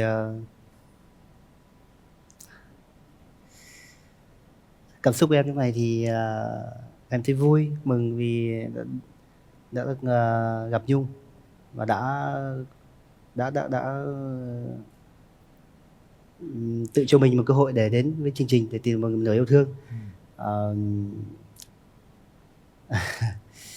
Khó nói quá anh. Nói chung những cái cảm xúc hiện nay nó lẫn lộn với nhau. Rất là khó nói. Em nghĩ là nếu mà khó nói quá thì thôi để nút bấm nói vậy. Đúng rồi. Em đồng ý. Nút bấm sẽ nói lên tất cả mọi thứ. Nếu có nợ chúng ta gặp nhau, không có nợ thì chúng ta sẽ nợ người khác. Không sao cả, quan trọng vẫn là thật nhất con tim mình có thể. Ha. Cô ấy, anh ấy đã nhớ em là tên Nhung. Nhung có nhớ anh ấy tên gì không? Dạ, tên Bình. Đúng rồi, Bình Nhung. Tức là cái bình đựng hồng nhung. Rồi bây giờ về Bình vị trí các bạn. Chúng ta sẽ về ghế để chúng ta tiến hành bấm nút nha. Rất nhẹ nhàng, rất dễ thương. Hai người cũng đã từng trải, hai người cũng đã am hiểu về cuộc sống thế nào. Hai người đủ sức để cảm nhận xem đây có phải là một nửa yêu thương của mình hay không. Xin mời hai anh chị đặt tay vào nút bấm. Đây là lúc kiểm tra lại con tim mình. Như anh Quyền Linh nói, hãy hỏi cảm xúc của chính mình, đây thật sự có phải là một nửa mà mình tìm kiếm hay không. Nếu đúng, đừng ngần ngại, hãy bấm nút cho nhau cơ hội. Còn nếu không phải thì chẳng sao cả. Ở ngoài kia khán giả đang xem truyền hình sẽ có hàng trăm hàng vạn người sẽ bấm nút cho các anh chị. Các anh chị sẵn sàng nha. 3 2 1. Hết thời gian. Rồi. Em bấm không được. Em có bấm mà bấm không được. Có. Mời chị. Rồi, như vậy là một chút nuối tiếc. Bình, em hãy cho mọi người biết được suy nghĩ của em, tại sao em là không bấm. Dạ. Trước tiên thì cho em xin lỗi cô, gia đình và xin lỗi bạn Nhung. Và cũng mong quý vị khán giả đang có mặt trường quay thông cảm. Cảm xúc thì tình yêu nó phải có cảm xúc thật. Dạ, thì em biết được bạn gái bên này có nhiều điểm là em rất mong muốn có một bạn gái, một bạn đời như vậy. Nhưng em cảm nhận là trái tim mình chưa thật sự rung động. Và em muốn bạn sẽ tìm một người bạn trai khác phù hợp hơn. Dạ. Chúng ta phải sống thật bằng cái cảm xúc của mình. Chúng tôi khuyên người bấm, người chơi như thế không dối lòng mình, bởi đây là cơ hội. Và không sao cả, đây cũng là cơ hội cho Nhung. Rất nhiều chàng trai đang theo dõi truyền hình có thể liên hệ với chúng tôi để bấm nút cho Nhung. Rất nhiều cô gái cũng đang theo dõi truyền hình sẽ liên hệ với chúng tôi để bấm nút cho Bình. Chúng ta không lo lắng điều đó. Đến đây là chúng ta đã cho cơ hội và mở lòng mình. Vấn đề là hai người chưa phù hợp với nhau, vẫn chưa có nợ với nhau, vẫn giữ kỷ niệm của chính mình nha. Dạ, cảm ơn và chị. đây coi như là một món quà kỷ niệm của cả hai anh chị. Chúng ta không làm người yêu. Đúng rồi. Thì chúng ta sẽ làm bạn. Là bạn. Dạ. Chiếc dép này vẫn còn thiếu một chiếc nữa. Bình vẫn đi tìm nhá. Dạ. Lúc nào tìm có liên lạc với Nhung để Nhung gọi là có thể vui giùm cho bạn. Dạ. Nhung cũng vậy, lúc nào tìm một nửa yêu thương của mình cũng có thể liên lạc với Bình. Dạ. Chúng ta xem như những người bạn đã có cơ hội một kỷ niệm rất là vui. Dạ. Đây, giữ lấy, trân trọng chiếc dép đó nha. Dạ. Cảm ơn anh.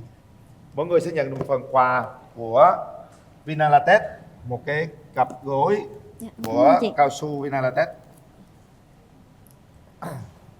Và đây là một phần quà đến từ thương hiệu Akino, sản phẩm công nghệ dành cho gia đình Việt. Mỗi anh chị một phần quà là một chiếc nồi cơm điện trị giá 350.000 đồng ạ. Tình yêu đôi khi nó cũng đắng như những cái thanh sô cô la, một chút đắng một chút ngọt. Và các bạn hãy đi tìm những cái vị đó, những hương vị đó để cho cuộc sống nó thú vị hơn. Những thanh sô cô la ngọt ngào này nó sẽ làm hành trang cho các bạn với những tình yêu đang chờ các bạn ở phía trước. Chúc các bạn sớm tìm một nửa yêu thương của mình nha. Chúc mọi người hạnh phúc, bình an và thành công trong cuộc sống. Dạ. Cảm ơn anh chị đã đến tham gia chương trình. Muốn sao gấp áo gấp nắp luôn nè. Giờ bố kiểm tra là áo gấp nắp rồi nha. Gấp đâu đi coi. Giá rồi kìa. Đó. Trời ơi, sao vậy? Chúng ta chỉ hỏi vợ mà vậy chết rồi. Không có người nào may cho em lười biếng em may. Mà không còn áo nào khác sao? Anh Quyền Linh và chào chị Cát Tường. Rồi đi bạn. Mời bạn nữ.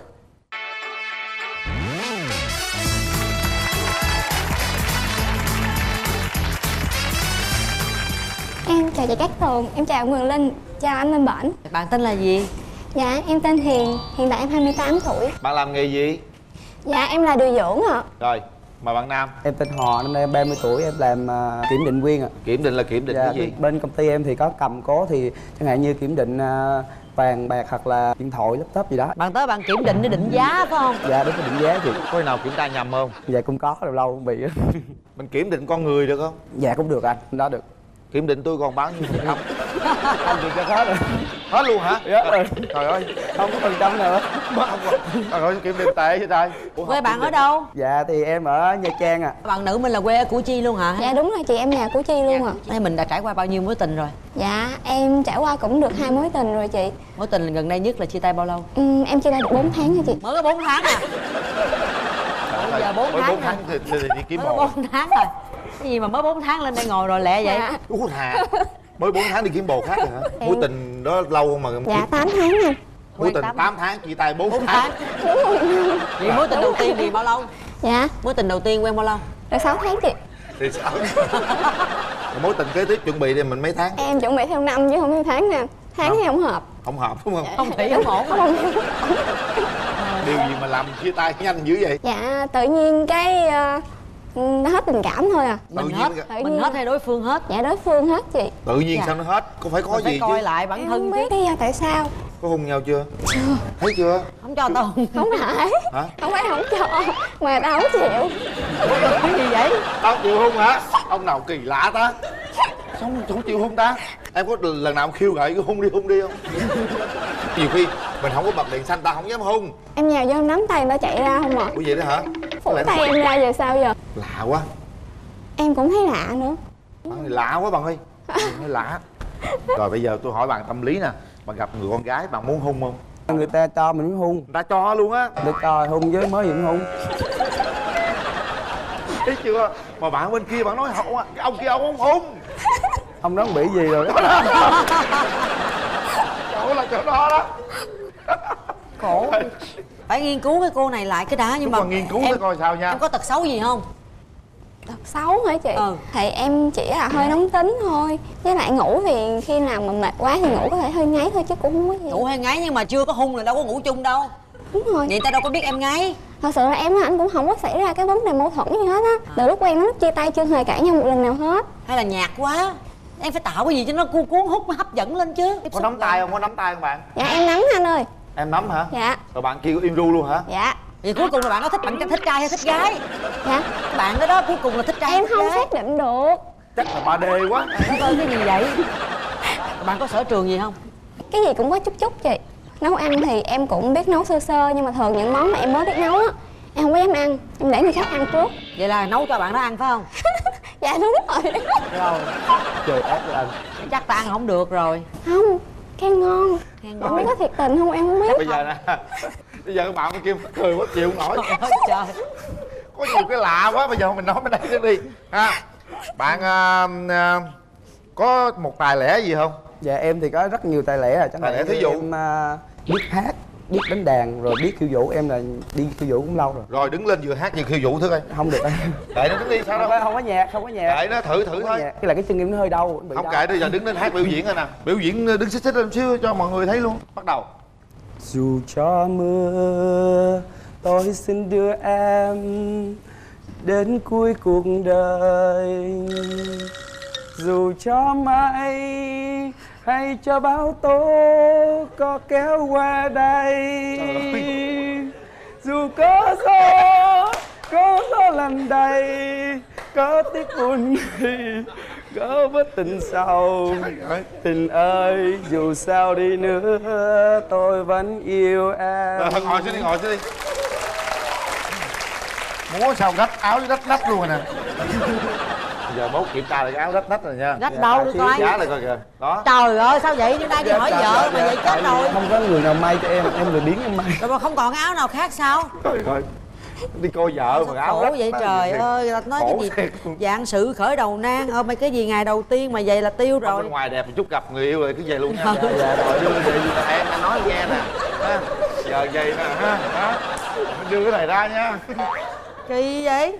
Thôi lỡ làm sao đâu, vậy cho người ta thương. Xung quanh không có bàn tay phụ nữ. Được, vui vẻ, tướng mạnh khỏe, dễ thương mà. thịt đồ chắc nụi ha.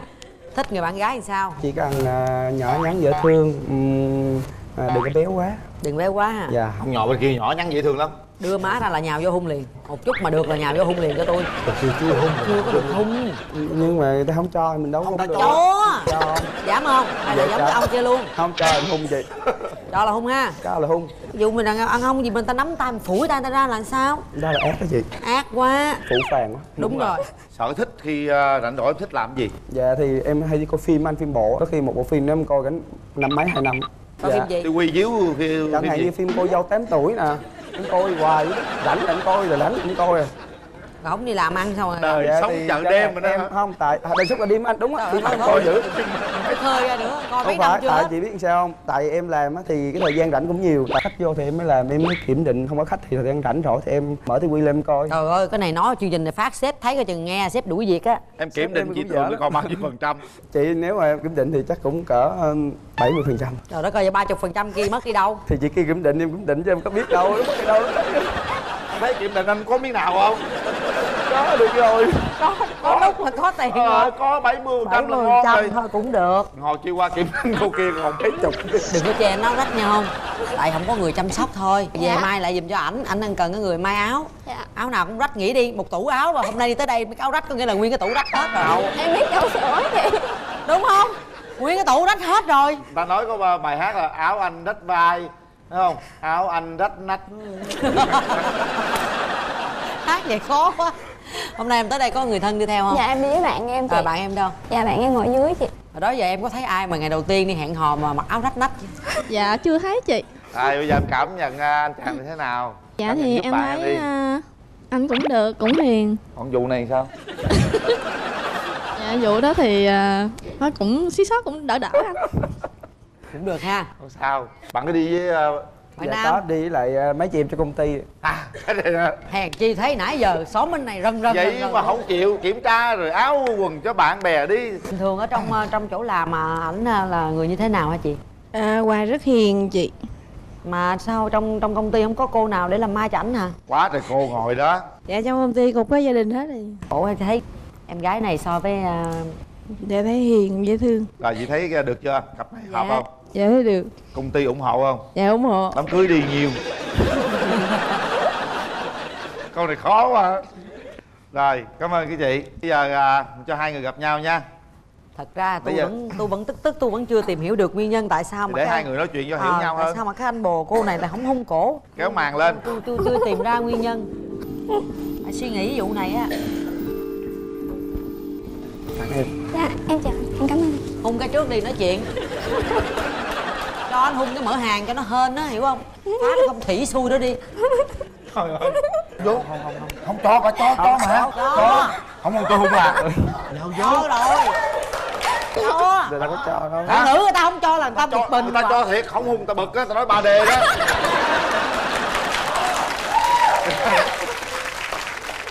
Hả? Thể hiện bản lĩnh đàn ông coi. Trời là trời. Đó.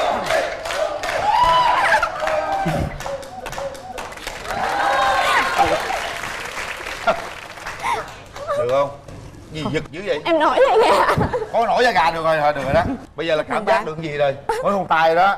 Bây giờ là nổi da gà chứ hồi mà hung mặt nó nổi da vịt nữa đó. Rồi, 2 3 kiểm định. Anh ở Nha Trang đây làm luôn hả? Anh ở Khánh Hòa. Ủa sao vui quá cười hoài vậy? Hung chạm với cười hả? Chắc chạm với cười á chị.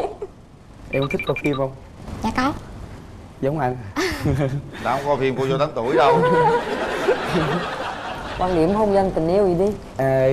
Em nghĩ gì về tình yêu? Em nghĩ khi mà yêu á thì phải tin tưởng. Tại vì khi mà anh không tin tưởng thì lúc đó anh sẽ bắt đầu anh kiểm soát. Mà cái người bị kiểm soát rất là mệt mỏi. Anh cũng vậy, anh cũng như em. Chỉ cần tin tưởng nhau thôi. Dạ. Còn Nhắm coi mối tình này được mấy tháng? Qua được năm không? hên xui chị. Nhìn vào mắt nhau, nhìn thẳng vào mắt nhau. Khi Thấy nào? gì trong mắt nhau? Có lông mi không? Hả? Thấy gặp lông mi. Trời ơi, nguyên mặt em thấy được cặp lông mi không hả?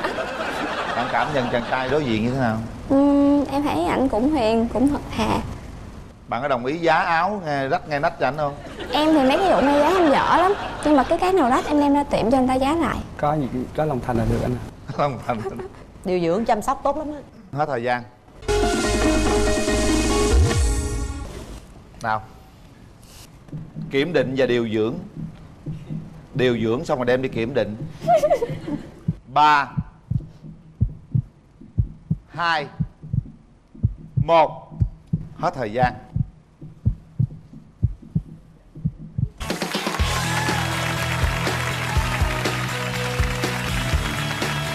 Sợ quá. Đồng ý hẹn hò làm giật mình. Sát vô, nắm tay nhau coi. Làm gì? Che rồi ăn hết cái bông hồng của ta đi. Bây giờ chính thức hôn được rồi đó. Hôn ngày má, Từ từ đâu, từ từ. hôn ngày má cho đi. Anh, không biết anh.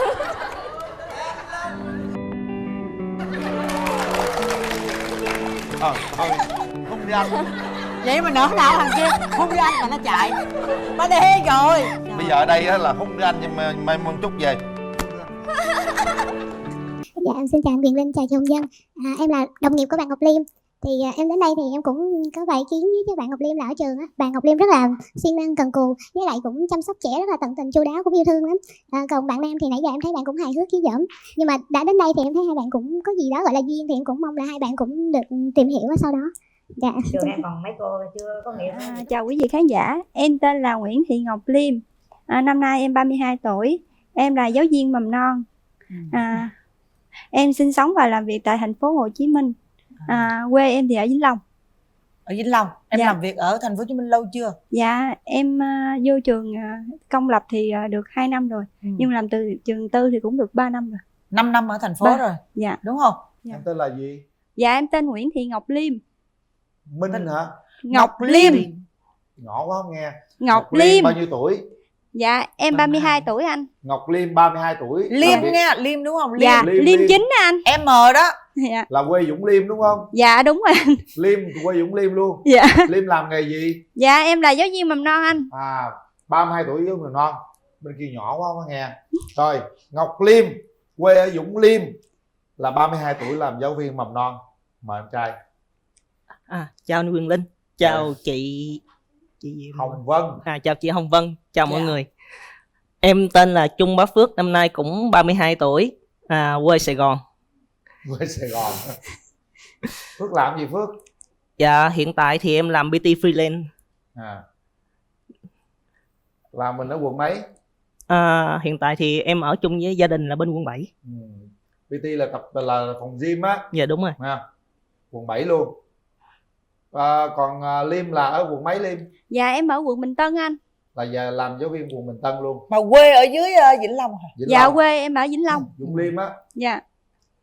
Rồi bây giờ mình nói một chút xíu về bản thân mình, nói lớn lên xíu đi cưng Liêm. Dạ em là ưu điểm của em là hòa đồng, vui vẻ, có tinh thần cầu tiến. Còn nhược điểm của em là hay quên với lại nhút nhát trước đám đông.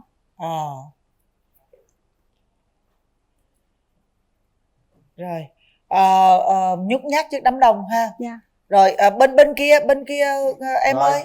Em trai nói đi điểm mạnh điểm yếu của mình cho nhà gái nghe đi. Dạ điểm mạnh của em thì em cũng không biết, thì nếu mà có gì để bạn đó tự tìm hiểu, chứ giờ em nói ra thì cũng là kiểu như là tự mình đánh bóng mình. Không, mình phải nói một vài cái điểm mạnh nào đó mình có thể cho bạn gái biết trước cái đó. Dạ điểm mạnh thì em cũng không biết, nhưng mà điểm yếu thì em rất là nhiều. Là gì? Dạ tò mò, hời hợt, cũng hơi nhiều quá, nhiều lúc cũng quá tin người. Tò mò, hời hợt, tin người. Rồi mấy mối tình đây? Chính thức thì chỉ có một cái mối tình đó thì cũng được 8 tháng hả, cũng không có nhiều. Xong ế tới giờ.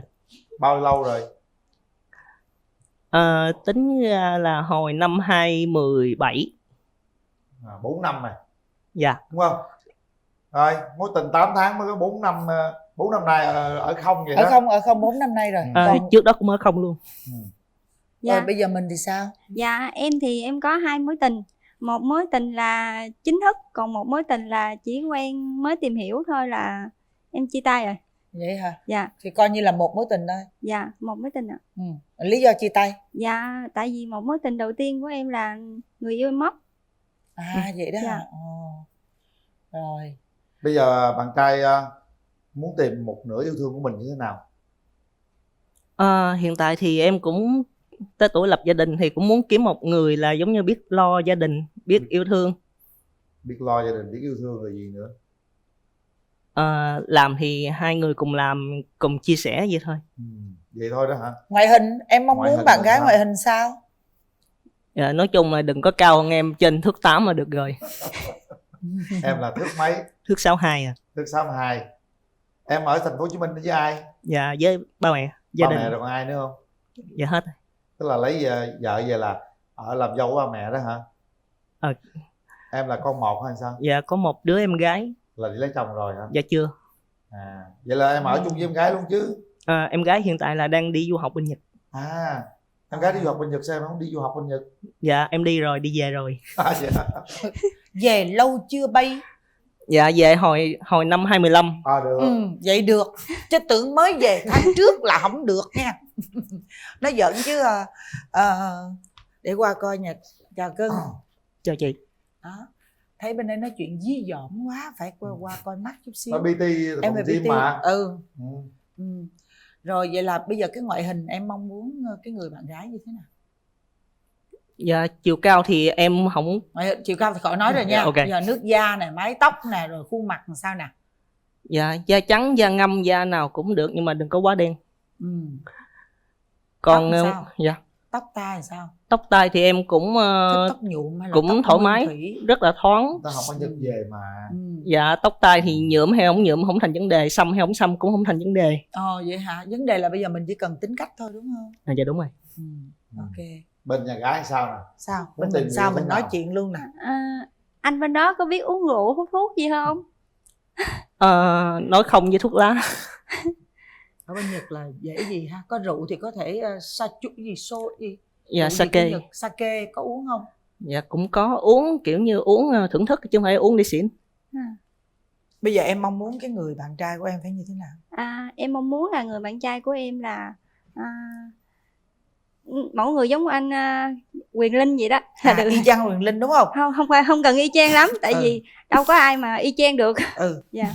Thì giờ muốn giống về cái gì? Giống về cái nước da đen hay là cái tóc ít hay là nhiều lông tay lông chân? Hay là muốn sao nói nghe thôi. Em giống như người đó là phải sống có trách nhiệm với gia đình, với cộng đồng. Thấy người khổ thì mình cũng phải biết chia sẻ với người ta, chứ không phải là mình cứ ôm cái gì của mình không à. Còn trong khi người ta khổ mình thấy mình qua đường mình không nhìn.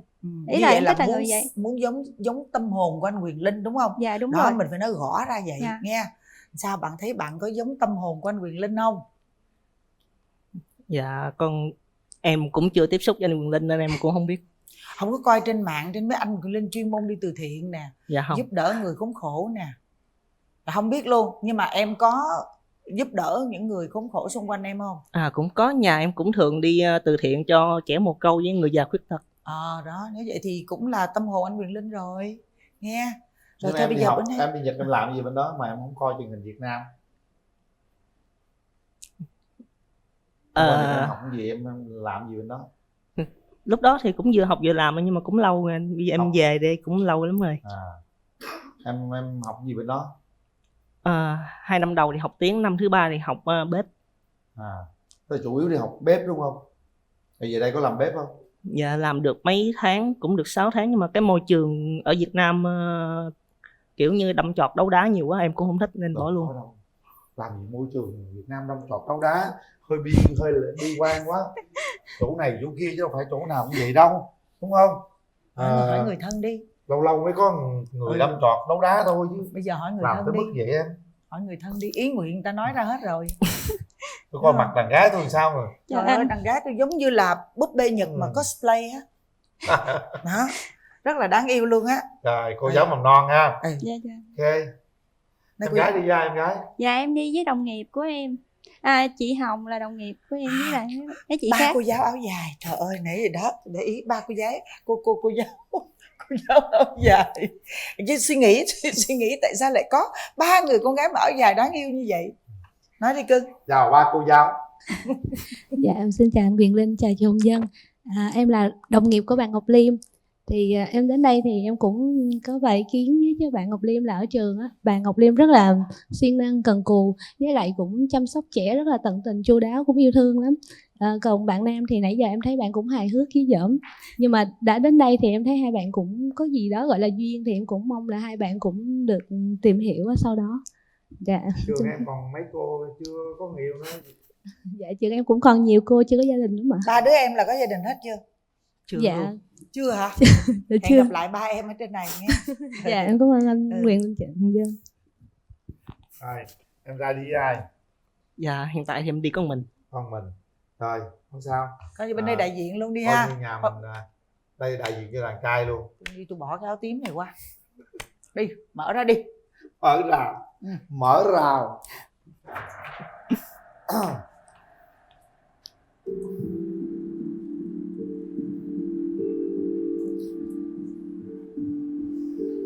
Rồi bắt đầu đi em. Chào anh. Em có một rồi để em. Dạ.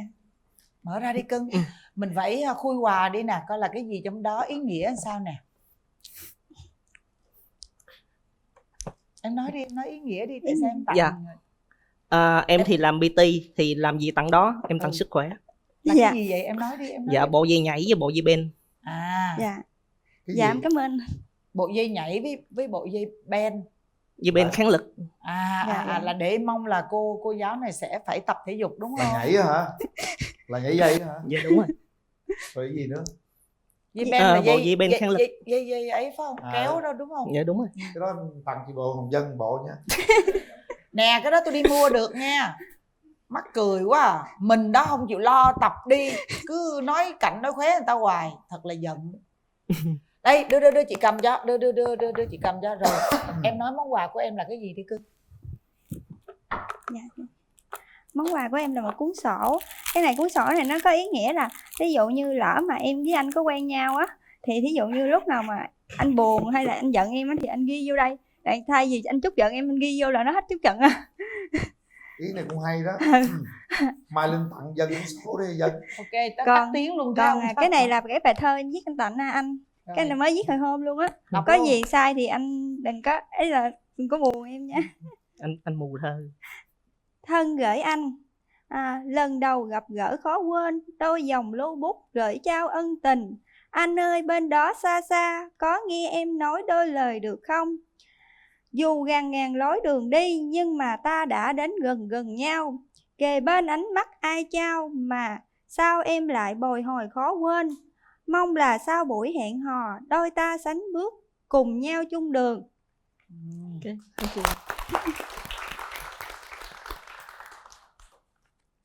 Đó, rồi trao quà đi. Cảm ơn em. Yeah. Rồi về ghế ngồi đi. Về chỗ về chỗ đó ngồi tâm sự đi. Mai Linh tặng Dân cuốn sổ rồi Dân có giận Linh gì, ghét Linh gì Dân viết vô cho Dân. Hello em. Dạ hello anh nói trước đi. Ok. Em có quan điểm như thế nào về tình yêu hôn nhân gia đình? Thì em thấy nếu mà mình hợp với nhau thì mình tiến tới hôn nhân thôi chứ không có gì.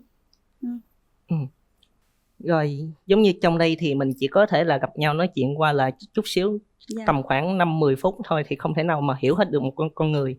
Nhiều cặp thì cũng quen nhau 8 năm mà còn chia tay nữa thì mình mới có chút xíu là cũng không thể nào mà hiểu hết được. Không có đâu nha em. Ở đây có đôi khi ta gặp có 1 phút ta cưới nhau nhiều lắm rồi đó. Cái đó gọi là duyên số nữa đó. Ngoại trừ cô gái đến từ thế giới bên kia. Đúng rồi. Ở đây á, em cũng biết rằng đến 2 chiếc ghế đâu. Họ gặp nhau có đôi khi là mới gặp nhau thôi là tuần sau đám cưới rồi. Họ sinh con đẻ cái luôn rồi đó. Cái duyên số nó nằm ở chỗ đó đó.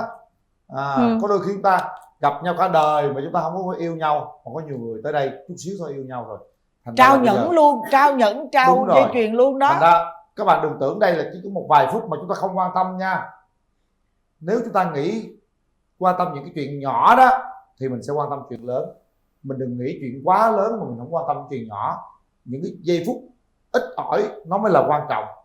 Đôi khi mình nghĩ ôi sao có vài phút quan tâm gì nói làm gì cho mệt là thất bại nha. Đôi khi chúng ta phải chú trọng vào những giây phút rất là nhỏ, những chuyện vô cùng nhỏ. Hãy tập trung nó nhé. Rồi 2 phút bắt đầu. Anh mẫu người của anh như thế nào? Mẫu người của anh, mẫu người phụ nữ. Mẫu người phụ nữ hướng nội hay hướng ngoại thì cũng không quan trọng. Nhiều lúc thì do tính chất công việc thì bắt buộc phải là đi giao tiếp khách hàng thì cứ việc đi. Giống như mà có gì thì phải nói thôi, chứ đừng có mà kiểu như ấp mở mà không nói rõ ràng, thì cái kiểu như tò mò mà cứ ngày qua ngày thì nó thành không tốt. Ý là em muốn nói là anh có thể cụ thể ra không? Là mẫu người như anh có chiều cao hay là sao đòi hỏi người phụ nữ không? Do anh cũng lùn không cao lắm nên không có. Giống như ví dụ như cái người đó bằng tuổi anh rồi, lỡ người đó già hơn anh rồi, anh có sợ không? Tính ra thì thật lòng mà nói thì cũng có một chút xíu, tại vì đa phần thì con gái sẽ lớn tuổi, già dặn hơn người con trai 1-2 tuổi. Thì khi mà nếu mà đã bằng tuổi với nhau thì có thể suy nghĩ sẽ chững chạc hơn rất là nhiều. Nhưng mà ý là anh có ngại để ví dụ như đi đến hết cuộc đời với cái người đó không? Hay là anh thấy người đó già rồi anh ngại? Không, nếu mà già thì theo cái nghề của anh tuốt lại được. Anh có muốn hỏi gì em không? Thì khi mà làm việc như thế này là công việc của em là tính chất thường thì mầm non rất là nhiều đúng không? Từ sáng đến tối. Dạ đúng rồi. Và nhiều khi cũng áp lực công việc, stress rất là nhiều. Thì khi những lúc như vậy thì em sẽ làm như thế nào? Tại vì em không có thời gian để chết đâu anh. Tại vì thường em đi làm là em đi làm từ sáng cho tới 6 giờ rồi, 5-6 giờ em về. Rồi có khi em phải đi làm rửa bát thêm buổi tối nữa, rửa bát thêm tới 9 giờ 10 giờ em mới về. Nên bởi vì em về nhà em mệt em ngủ chứ đâu không có thời gian đi suy nghĩ stress đâu. Vậy là giống như là thường một tuần là công việc của em nó sẽ quay quần một cái khung thời gian như vậy. Dạ đúng rồi, nhưng mà thứ bảy chủ nhật lại em lại còn đi học liên thông nữa. Rồi ví dụ như anh có ngại là ví dụ như người đó có ý chí đầu tiên là muốn học nữa thì anh cảm thấy như thế nào? Học càng nhiều càng tốt, không có gì hết. Càng Anh cải có thiện bản ủng thân hộ mình không? thôi. Dạ. Nếu mà thời gian bình thường của em đã bích như vậy rồi, nếu mà quen nhau thì gặp nhau thời gian em tính dính ra như thế nào? Thì em sẽ dính thời gian lại. Người ta nói có một câu là yêu nhau mấy núi cũng đều, mấy sông cũng lội, mấy đèo cũng qua. Thì tại sao mình không có dính được, chứ thôi mình ế hoài sao anh? Nhưng mà hiện tại thì cũng có nhiều câu yêu xa khó lắm. Nếu mà không gặp nhau thường thì nhiều khi thì nó cũng bị nhạt, đúng không? Dạ đúng rồi. Nhưng mà ăn thua là cái lòng tin thôi. Lòng tin của mình thôi. Em hết. Bây giờ qua hát, em có chuẩn bị một bài hát nào cho bạn gái không? Dạ không, giọng hát em rất là dịch đực nên không có hát cái được. Giọng của em rất là giống Thanh Duy Idol luôn. Giọng nói của em giống lắm luôn. Em thấy Thanh Duy hát hay không? Chị lại nghĩ là em thích hát lắm chứ. Em không biết cái giọng em sao mà ai cũng nói em giống tùm lum, toàn là người nổi tiếng không à. Mặt thì giống Tấn Beo Tấn Bo, người giọng thì giống này giống kia. Là không có chuẩn bị hát luôn. Dạ đúng rồi. Rồi còn cô gái em có chuẩn bị sẽ không? tặng cho anh một bài thơ nữa. Là một bài thơ này có 68, lục bát 68. Lần đầu gặp gỡ khó quên, như là em đã khắc tên anh rồi. Wow. Vậy thôi đó hả? Em cũng không biết hát nữa chị. Có một câu đó không ngắt ngang luôn hả? Dạ, tại vì em một câu thơ. Bây giờ là bạn trai không có chuẩn bị mấy đó, giờ bạn trai là chỉ cho bạn gái tập squat đó. Thử giữ gìn sức khỏe hả? Đúng rồi. Là chỉ đi. Cái này mắc không vậy cưng? Cái này có mắc không? Cái dây này mắc không? Dạ không, cũng bình thường này. Vậy hả? Ông Linh ông nhảy được mấy cái à? Cái cũng khá. Hả? Thử luôn đi anh. Được không? Cũng 6-7 cái gì đó. Cao. Hả? Nhảy được không? Được sao không được? Vân không nhảy được luôn á. Được mà. Không nhảy được luôn. Vân nhảy chắc không nổi đâu. Sập sàn. Rồi, em gái chỉ em trai chỉ em gái đi. Biết không? Em biết nhảy này không? Em biết nhảy không? Dạ biết chị. Thử luôn món quà của bạn trai luôn đi. Nhảy luôn hả chị? Bỏ nhưng mà dép ra. em phải bỏ dép nữa. Đương nhiên rồi. Em dậy sao em chỉ đi em. Trời dài quá chị.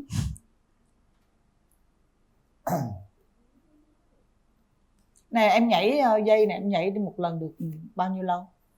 Bao nhiêu Thôi phút? anh nhảy đi, anh nhảy cho em coi đi. Dạ thường thì mấy cái này em cũng nhảy Ủa cái này dễ mà, nhảy dây mà có gì đâu khó. 5-10 phút. Nhảy lần cả 100 cái mà. Người ta không có tính cái luôn á, này người ta tính theo thời gian á. Hồi 100 cái cũng nhiều lắm đó Vân. Thì đó, nhảy liên tiếp không biết được bao nhiêu cái. Chỉ có biết là ở bao nhiêu thời gian thôi á. Tôi nhảy là 3 tiếng đồng hồ luôn á. Thiệt mà cứ 5 phút nghỉ, 1 phút 2 phút nghỉ vậy đó. Tiếng nghỉ nửa tiếng một lần vậy đó. Rồi, cái này thường là của con gái, là môn nhảy dây là của con gái mà đúng không? Thì cái này mình sẽ nhảy ha. Nhưng mà do cái này bận váy thì hơi khó nhảy nên thôi để em nhảy luôn cho. Cảm ơn anh. Rồi, cái này mình sẽ nhảy ha. Kìa áo nhìn rồi đó. Em cũng nhảy cũng dở lắm. Em xích ra coi vô mặt giờ đó. Nhảy thẳng Đó. vậy đó. Dạ. Em nhảy được không? Đó? Còn kia là cái gì? Cái này là cái gì cưng?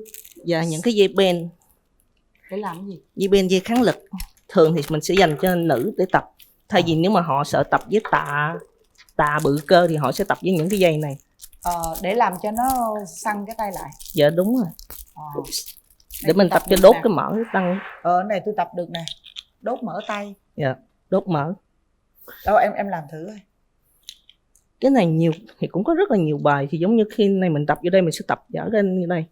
Là phần về phần tay. Mình cầm này mình dở lên, do em bận áo này nó hơi ôm nên em dở lên không nổi. Vậy là con Bí nó hay mua cái này mà tôi không biết là cái gì Linh. Bữa nay tôi mới biết là làm cái này. Rồi tôi phải về tôi tự tập mới được.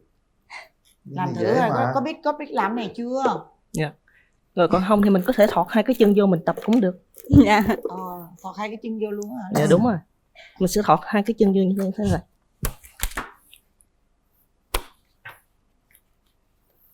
Như thế này, một là mình sẽ tập dở ngang qua đây, mình sẽ tập cho cái phần đùi bên, phần cơ đùi bên đây. Hiểu rồi. Còn không mình tập ra phía sau thì mình sẽ tập cho phần đùi trước.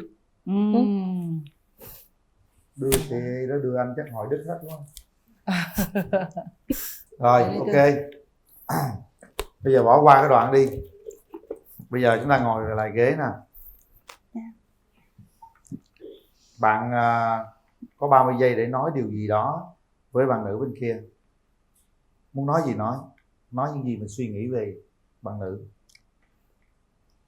Và ngược lại.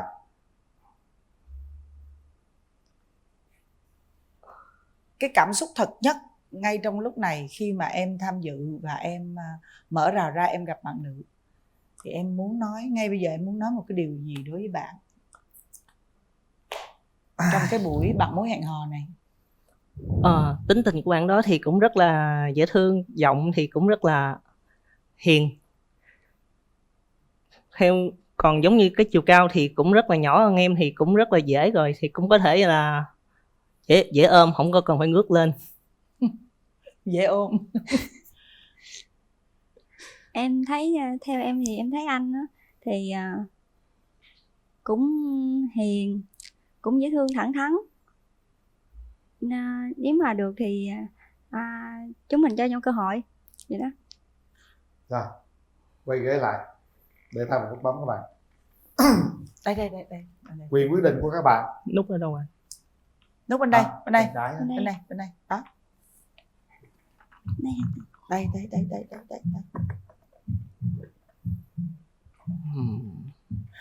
Rồi Vân đếm luôn nha. Các bạn nha. Rồi, sau 3 tiếng đếm thì các bạn bấm hoặc là không bấm ha. Rồi. Bấm luôn rồi đó. 1 nè, 2 nè, 3. Thôi, hết thời gian. Là bạn trai không bấm đúng không? Đúng rồi. Tại sao bạn trai lại không bấm? Có thể là em cũng không biết nói như thế nào.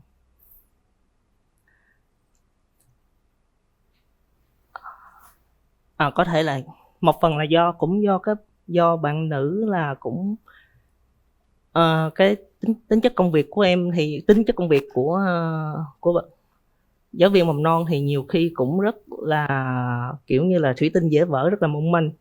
Nhiều khi em thì cũng hơi bị bốc đồng một chút xíu, nhiều khi cũng hơi bị cọc tính, thì nhiều khi không biết là có kiềm chế được hay không. Thôi, không bấm là đúng rồi. Không biết là cái tật gì. Dạ keo kiệt ạ. Keo kiệt. Hiệp có keo kiệt không Hiệp? Dạ không anh ơi. Không có. Ghét gì nữa? Có ghét bị kiểm soát không? Dạ có. Có. Ghen. Có ghét ghen không? Dạ có luôn. Có ghen không? Em đúng chuyện, đúng lúc, đúng chỗ, không như vậy. Vậy chứ nhà gái có ghen không mà ghét nhà trai ghen? Dạ em thì cũng bình thường, đúng lúc đúng chỗ như bạn Nam vậy. Rồi vậy hai đứa đúng lúc đúng chỗ mới ghen. Mà đúng lúc đúng chỗ là hoài luôn là mệt đó nha. Đây được rồi. Tiêu chí hai bên nghe hết rồi nha. Bây giờ mình hỏi người thân coi làm sao rồi cái mình cho gặp mặt thôi. Ha. Em đi với ai? Dạ em đi một mình thôi ạ. Vậy hả? Dịch bệnh này nên đi mình ha, lẻ tẻ vậy đó. Dạ em cũng đi một mình luôn. Một mình, yên tâm có ông Mai bà mối rồi. Khỏi lo, bây giờ hai đứa gặp nhau đi ha. Dạ, xin chào chị Ngọc Lan, xin chào chú Quyền Linh và xin chào bạn Nam ạ. Em tên là Nguyễn Thị Minh Thúy, nghệ danh là Băng Băng.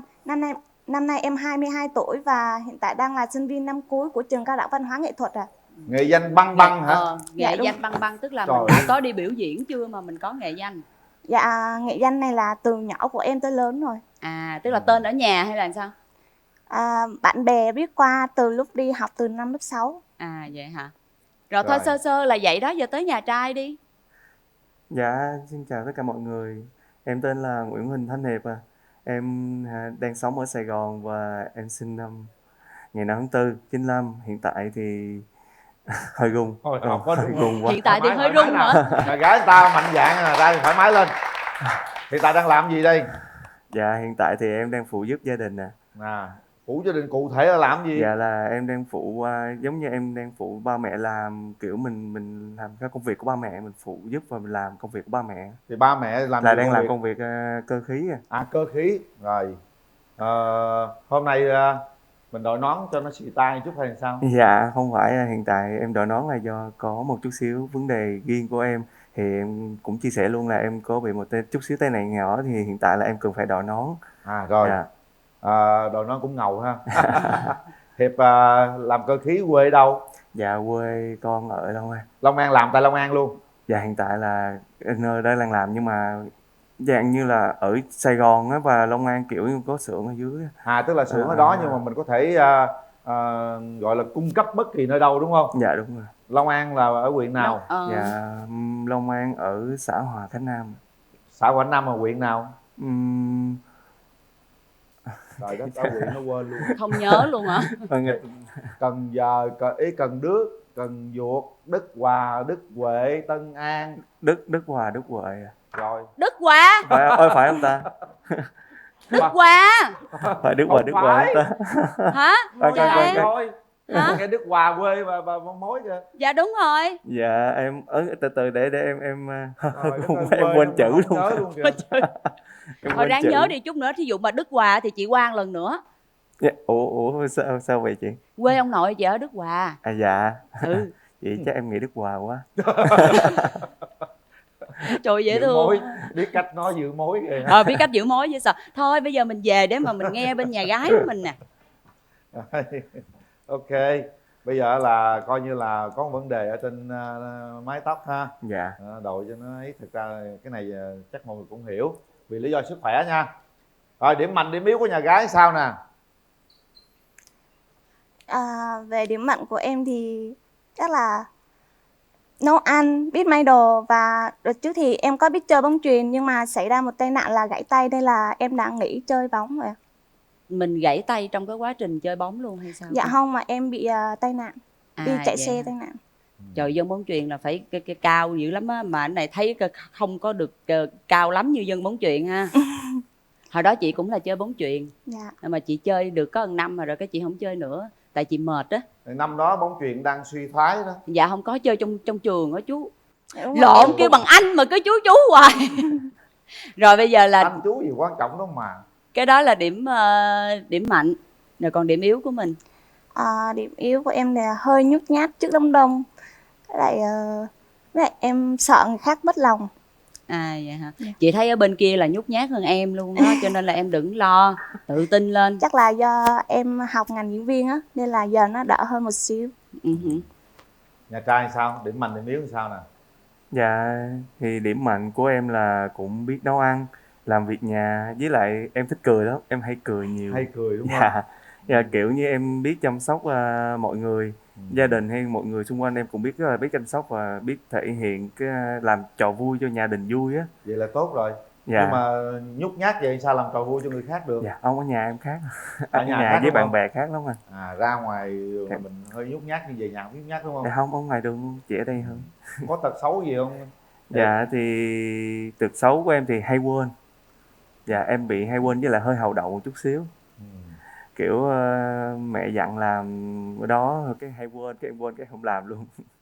Có khi nào chở mẹ đi chợ rồi cái mẹ dặn đón mà cái quên luôn, dạ bỏ có. mẹ chợ luôn không? Có.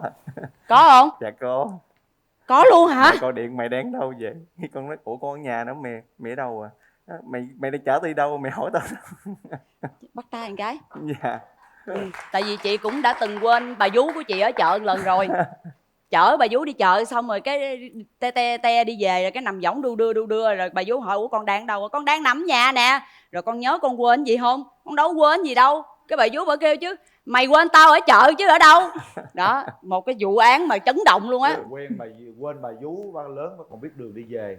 Đừng có chở con đi đâu mà quên con nha. Còn nghiệp nhỏ nha Ngọc Lan. Con sợ lắm cho nên lúc nào đi ra đường với con của con là cũng có nhiều người đi theo. Phải buộc đứa nhỏ vô, có cái đồ buộc ở sau lưng rồi nè. Sao nói là mình hay làm cho người khác cười lắm hả? Dạ đúng rồi, tại em thích như vậy. Bây giờ một chút nữa cái mình mở rào ra mình làm cho bên kia cười đi, chứ thấy bên kia nãy giờ hơi run hơi nhát á. Em thấy em run hơn bạn đó thôi. Run. Rồi sao làm cho người ta cười cái ông này? Em sẽ cố gắng. Rồi bây giờ mình đi qua bên kia mình hỏi cái tình trường của bạn bên kia như thế nào nha. Sao? Bây giờ mình chia sẻ về cái tình trường của mình đi. Bao nhiêu mối tình rồi? Em trải qua 3 mối tình.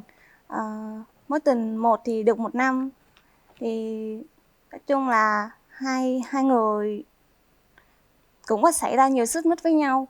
Tại do là em muốn bạn tốt hơn, về ví dụ bạn bỏ hút thuốc, với lại bạn cũng hồi đó là em quen năm 17 tuổi và bạn cũng hay đi đến nhau nữa, nên là em muốn bạn tốt hơn. Nhưng mà càng về sau thì bạn lại không làm lại những cái điều đó và là xích mích nhiều, thì nên là em đã chọn quyết định là cho mỗi người một lối đi riêng. Nói chung là cái mối tình cũng còn trẻ cho nên là Dạ, đúng rồi. hai bạn không ai chịu nhường ai hết, là vậy thôi hả? Có nhiêu đó thôi hả? 3 mối tình nhưng mà chưa có mối tình nào sâu sắc lắm. Dạ Còn đúng Hiệp? rồi. Hiệp mấy mối tình Hiệp? Dạ em thì cũng 3 mối tình. Cũng 3 mối hả? Dạ. Mối dài nhất là mấy năm Hiệp? Dạ 3 năm. 3 năm. Nhưng cái mối đó sao chia tay? Bạn đó không trân trọng và tôn trọng em. Không trân trọng và không tôn trọng luôn? Dạ. Trời ơi. Nhưng mà mình có tôn trọng với trân trọng người ta không? Dạ có. Lúc nào em cũng là người xuống nước và xin lỗi trước hết, không cần biết là lý do gì. Vậy đó hả? Dạ. Rồi thuyết phục không được? Dạ không phải là cái không, em kiểu bạn đó không thay đổi, em bảo bạn đó thay đổi, sửa đi. Tại em cũng vì bạn đó em thay đổi, mà tại sao bạn đó không thay đổi vì em? Rồi không cùng cái quan điểm mà ha. Dạ. Rồi bây giờ thì Hiệp muốn người tình của mình như thế nào? Dạ em muốn bạn đó là thích, cũng giống như em này, thích cười vui vẻ, cũng hòa đồng. Đơn giản vậy đó hả? Dạ, với lại kiểu tại nói thì nói vậy nhưng mà khi mình tiếp xúc nhau mình mới biết được những cái điểm mạnh điểm yếu của nhau như thế nào thôi. Có một cái hình mẫu lý tưởng nào không Hiệp? Dạ không ạ. Em quan trọng ở con tim và cảm xúc mình hơn. Cao thấp gì cũng được đúng không? Dạ. Xấu đẹp gì cũng được đúng không? Nếu mà nói xấu đẹp thì cũng phải ưa nhìn một chút chị ạ. Trời ơi, bên đây là con gái không ai xấu đâu. Bên đây nhìn một cái là ưa liền luôn á. Ưa không? Ưa lắm, bây giờ ưa tiêu luôn. chí bên đó sao nè, coi nói giống nhà trai không nè? Dạ thì về ngoại hình thì bạn phải cao hơn em. Còn về tính cách thì bạn phải trưởng thành và biết lắng nghe rồi chia sẻ với người yêu của mình. Cái này thì chắc là có, chị nghĩ là có. Tại vì bên đó đã trải qua mối tình 3 năm và cũng đã chịu đựng, cũng đã lắng nghe, cũng đã xuống nước rất là nhiều rồi đó. Cho nên là chắc có kinh nghiệm rồi. Nhưng Hiệp trưởng thành chưa? Dạ thì tự đánh giá mình xem mình trưởng thành chưa? Thật ra là bản thân em nếu mà bảo là trưởng thành thì cũng không trưởng thành, mà bảo là con nít cũng không gọi là con nít. Em kiểu là mình theo tình huống, tại đôi lúc á, mình trưởng thành những việc cần thiết, còn những lúc mình phải con nít thì cái gia đình, cái không khí lúc nào nó mới vui nhộn được. Giả bộ nhõng nhẽo cho nó vui đúng không? Dạ đúng rồi. Rồi mẫu hình, có mẫu hình nào mà bên đó hướng tới không em gái? Tức là cao thấp, lùn hay là người ta nói giống là ai không? Người ta thích người cao hơn rồi. Nhưng mà có mẫu hình nào lý tưởng không? Tức là một cái người nào đó giống ai? Tức là em tưởng tượng em muốn có một người bạn trai giống ai? Giống Lee Min Ho hay là giống chú Quyền Linh hay là giống ai? Dạ thì giống Trấn Thành ạ, tại vì em hâm mộ chú.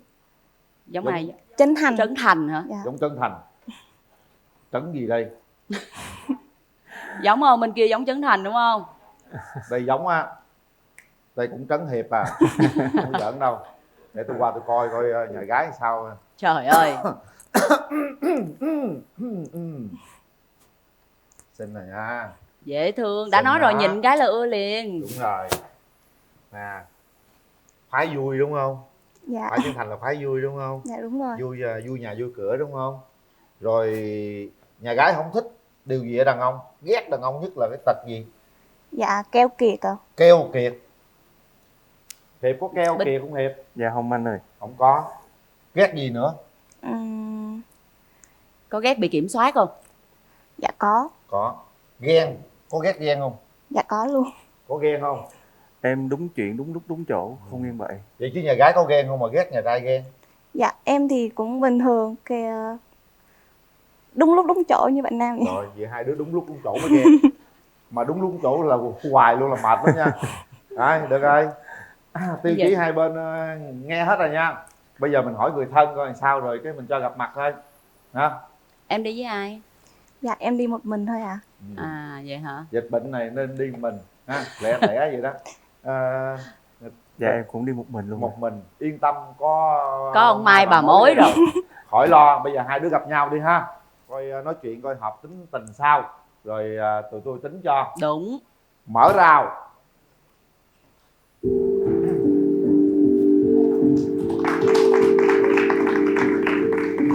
Thoải mái lên nào Hiệp.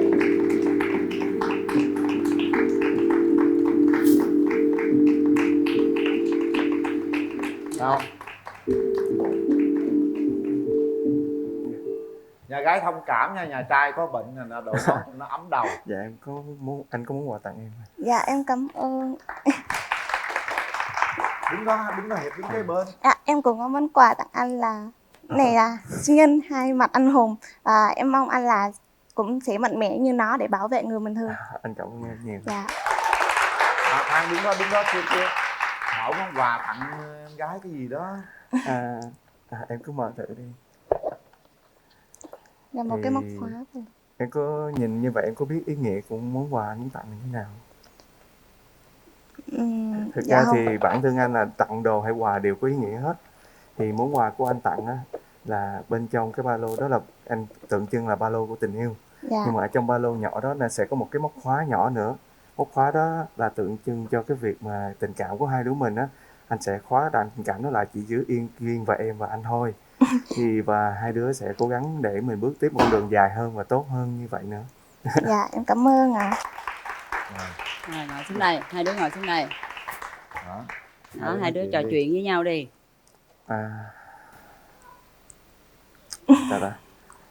Không biết cảm nhận của em về anh như thế nào? Thì em khá thích cái giọng nói của anh, nghe rất ấm. Còn Anh cảm ơn. dạ. Còn gì nữa không? Em có thể nói anh nghe thêm được không? Về anh cũng được. Thấy body anh sao? Em không biết. Nó có giống như em tưởng tượng không? Dạ cũng 80%.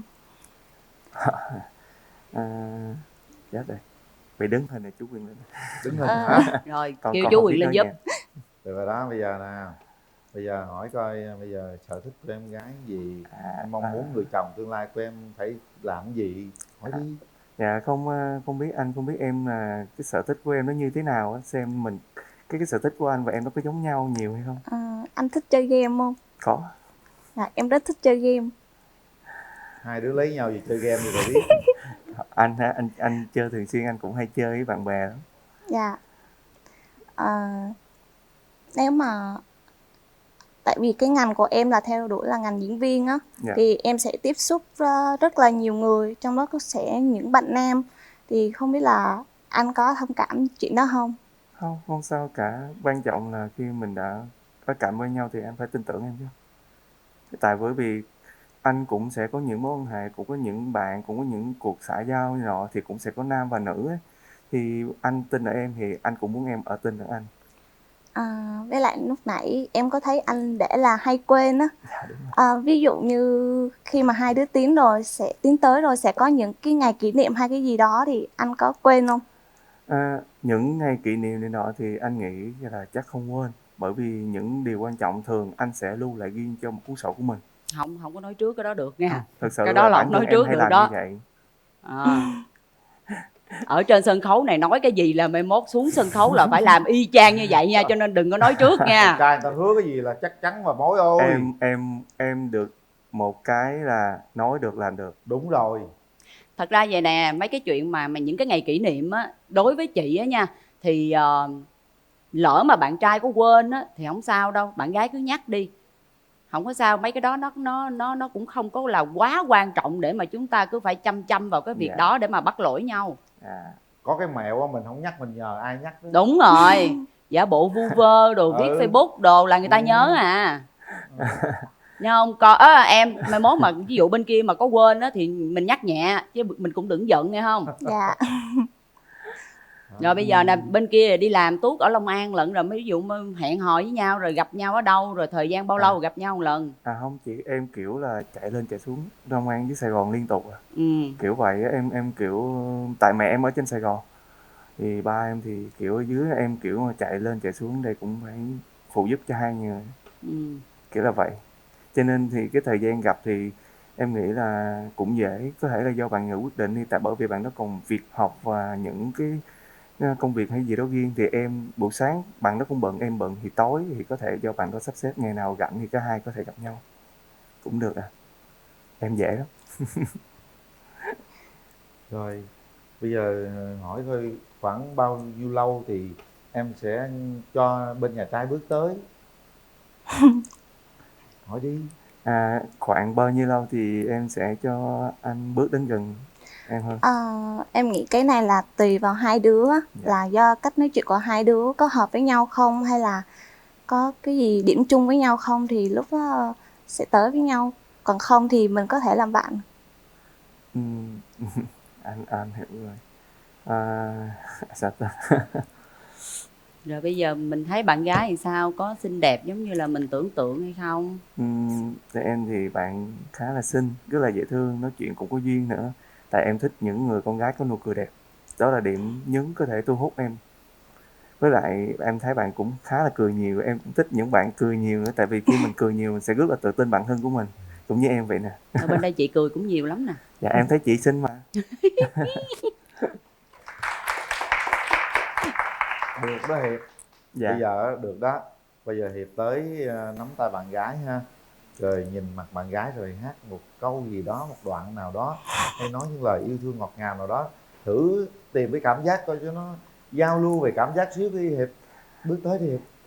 Em hát rồi mọi người về hết thì sao? Kệ nó, vui là chính mà, đôi khi mình hát dở nó là niềm vui của cả nhà luôn đó. Nào. Dạ ok. Cứ lên cô. Cho anh xin phép nắm tay em nhé. Dạ. Thấy thương không? Xin phép nắm tay luôn. Hai tay, nắm hai tay. Dạ. Đó, nhìn thẳng vô mắt nhau. Phải hát thiệt hả? Em phải hát thiệt hát đại đi, hát gì cũng được. Em ơi lâu đài tình ai đó, sáng trong ánh tinh cầu xa, cho nên cho dù ngàn năm qua còn vẫn vương đôi hồn hoa. Hết nổi. Vui mà. Này là hát vui nha mọi người, hát vui, người ta là đang hát vui Dẫn đó. cái nắm tay đi nào, dẫn cái nắm tay để bắt đầu mình cảm nhận cảm giác từ hai bên, dòng điện âm dương như thế nào nè. Em gái thấy thì sao? Em không biết nói sao hết. Thấy bàn tay anh ấm hay lạnh? Bàn tay anh đổ mồ hôi nhiều quá. Trời ơi, đổ mồ hôi thì lau mồ hôi đi chứ trời. Chứ có đâu mà nắm cái tay người ta rồi đi ra.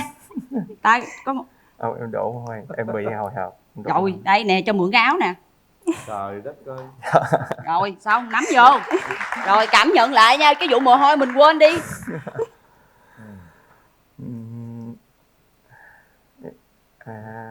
Anh kiểu tay bạn đó hơi lạnh. Nói tay gái mà. Mình, từ trái tim của mình với bạn gái đi Hiệp. Thì em đang cảm thấy là hơi hồi hộp khi nắm tay bạn đó. Với lại kiểu hơi run. Kiểu mình hơi run, khá là hồi hộp khi em tiếp xúc với bạn đó. Thì không biết thì em nghĩ như thế nào? Anh thấy em cũng run lắm đó. Hiệp nói quan điểm hôn nhân gia đình cho mình cho bạn gái nghe đi. Và ngược lại, nhìn thẳng mặt bạn gái nói, đừng có mắc cỡ gì hết trơn á. Dạ, quan điểm hôn nhân của anh đó thì nó cũng đơn giản thôi. Thì thực ra quan điểm anh là vui, hiểu, thấu đáo, quan tâm, chia sẻ là đủ rồi. Đối với anh là như vậy là được. Với lại một điều nữa là hiếu thuận với cả hai vậy đó. Tại bởi vì anh thực sự đây, anh nghĩ em cũng sẽ rất là hiếu thuận ba mẹ. Anh cũng vậy, anh cũng rất là thương ba mẹ anh. Thì mong sau này anh cũng, nếu mà cả hai có hướng tới một cái gì đó xa hơn á, thì anh mong những cái điều đó nó vẫn sẽ tiếp tục mãi bền vững ở trong cái gia đình nhỏ và cả gia đình lớn của mình. Bạn gái nói luôn. Sao thấy mai mốt mình lấy nhau rồi có muốn làm dâu không? Muốn ở chung với ba mẹ hay là muốn ở riêng hay sao thì mình nói quan điểm của mình ra. Thì em ở riêng hay ở chung cũng được. Nói chung là nếu mà hai đứa về chung một nhà thì quan điểm của em là mong là hai đứa sẽ hiểu nhau hơn, sẽ nhường nhịn nhau nhiều hơn. Dạ, nhường nhịn nhau nhiều hơn và sẽ hiểu cho công việc của mỗi người hơn. Cái đó em ghen vào lúc nào? Vì anh hỏi em thì ví dụ như những trường hợp mà có thể làm em ghen như thế nào thì em có thể nói anh biết đâu, để anh biết sau này kiểu như anh biết anh có thể tránh để làm em không vui những vì cái điều đó, chẳng hạn là như vậy. Nói chung là ai cũng có nhiều mối quan hệ, có bạn là con nữ giới nhưng mà đừng có thân mật quá là được rồi. Cái này thì em yên tâm. Dạ. Anh luôn giữ khoảng cách với lại tất cả mọi người, cả bạn bè hay gì của anh luôn có một khoảng cách nhất định.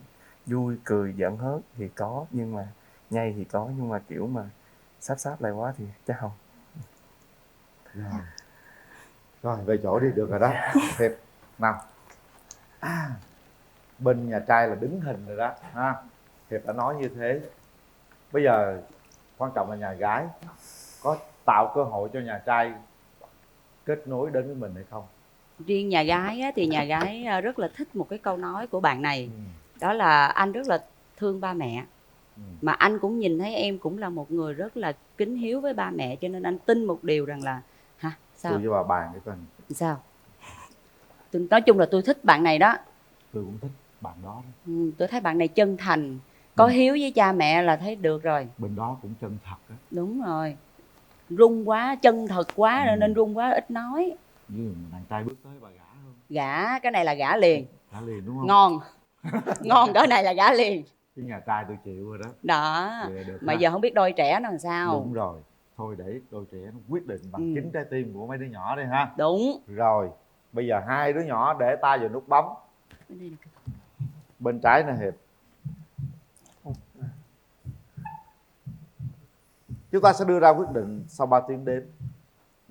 Hãy nhắm mắt lại, suy nghĩ thật kỹ và quyết định bằng chính trái tim của mình. 1 2 3. Chúc mừng.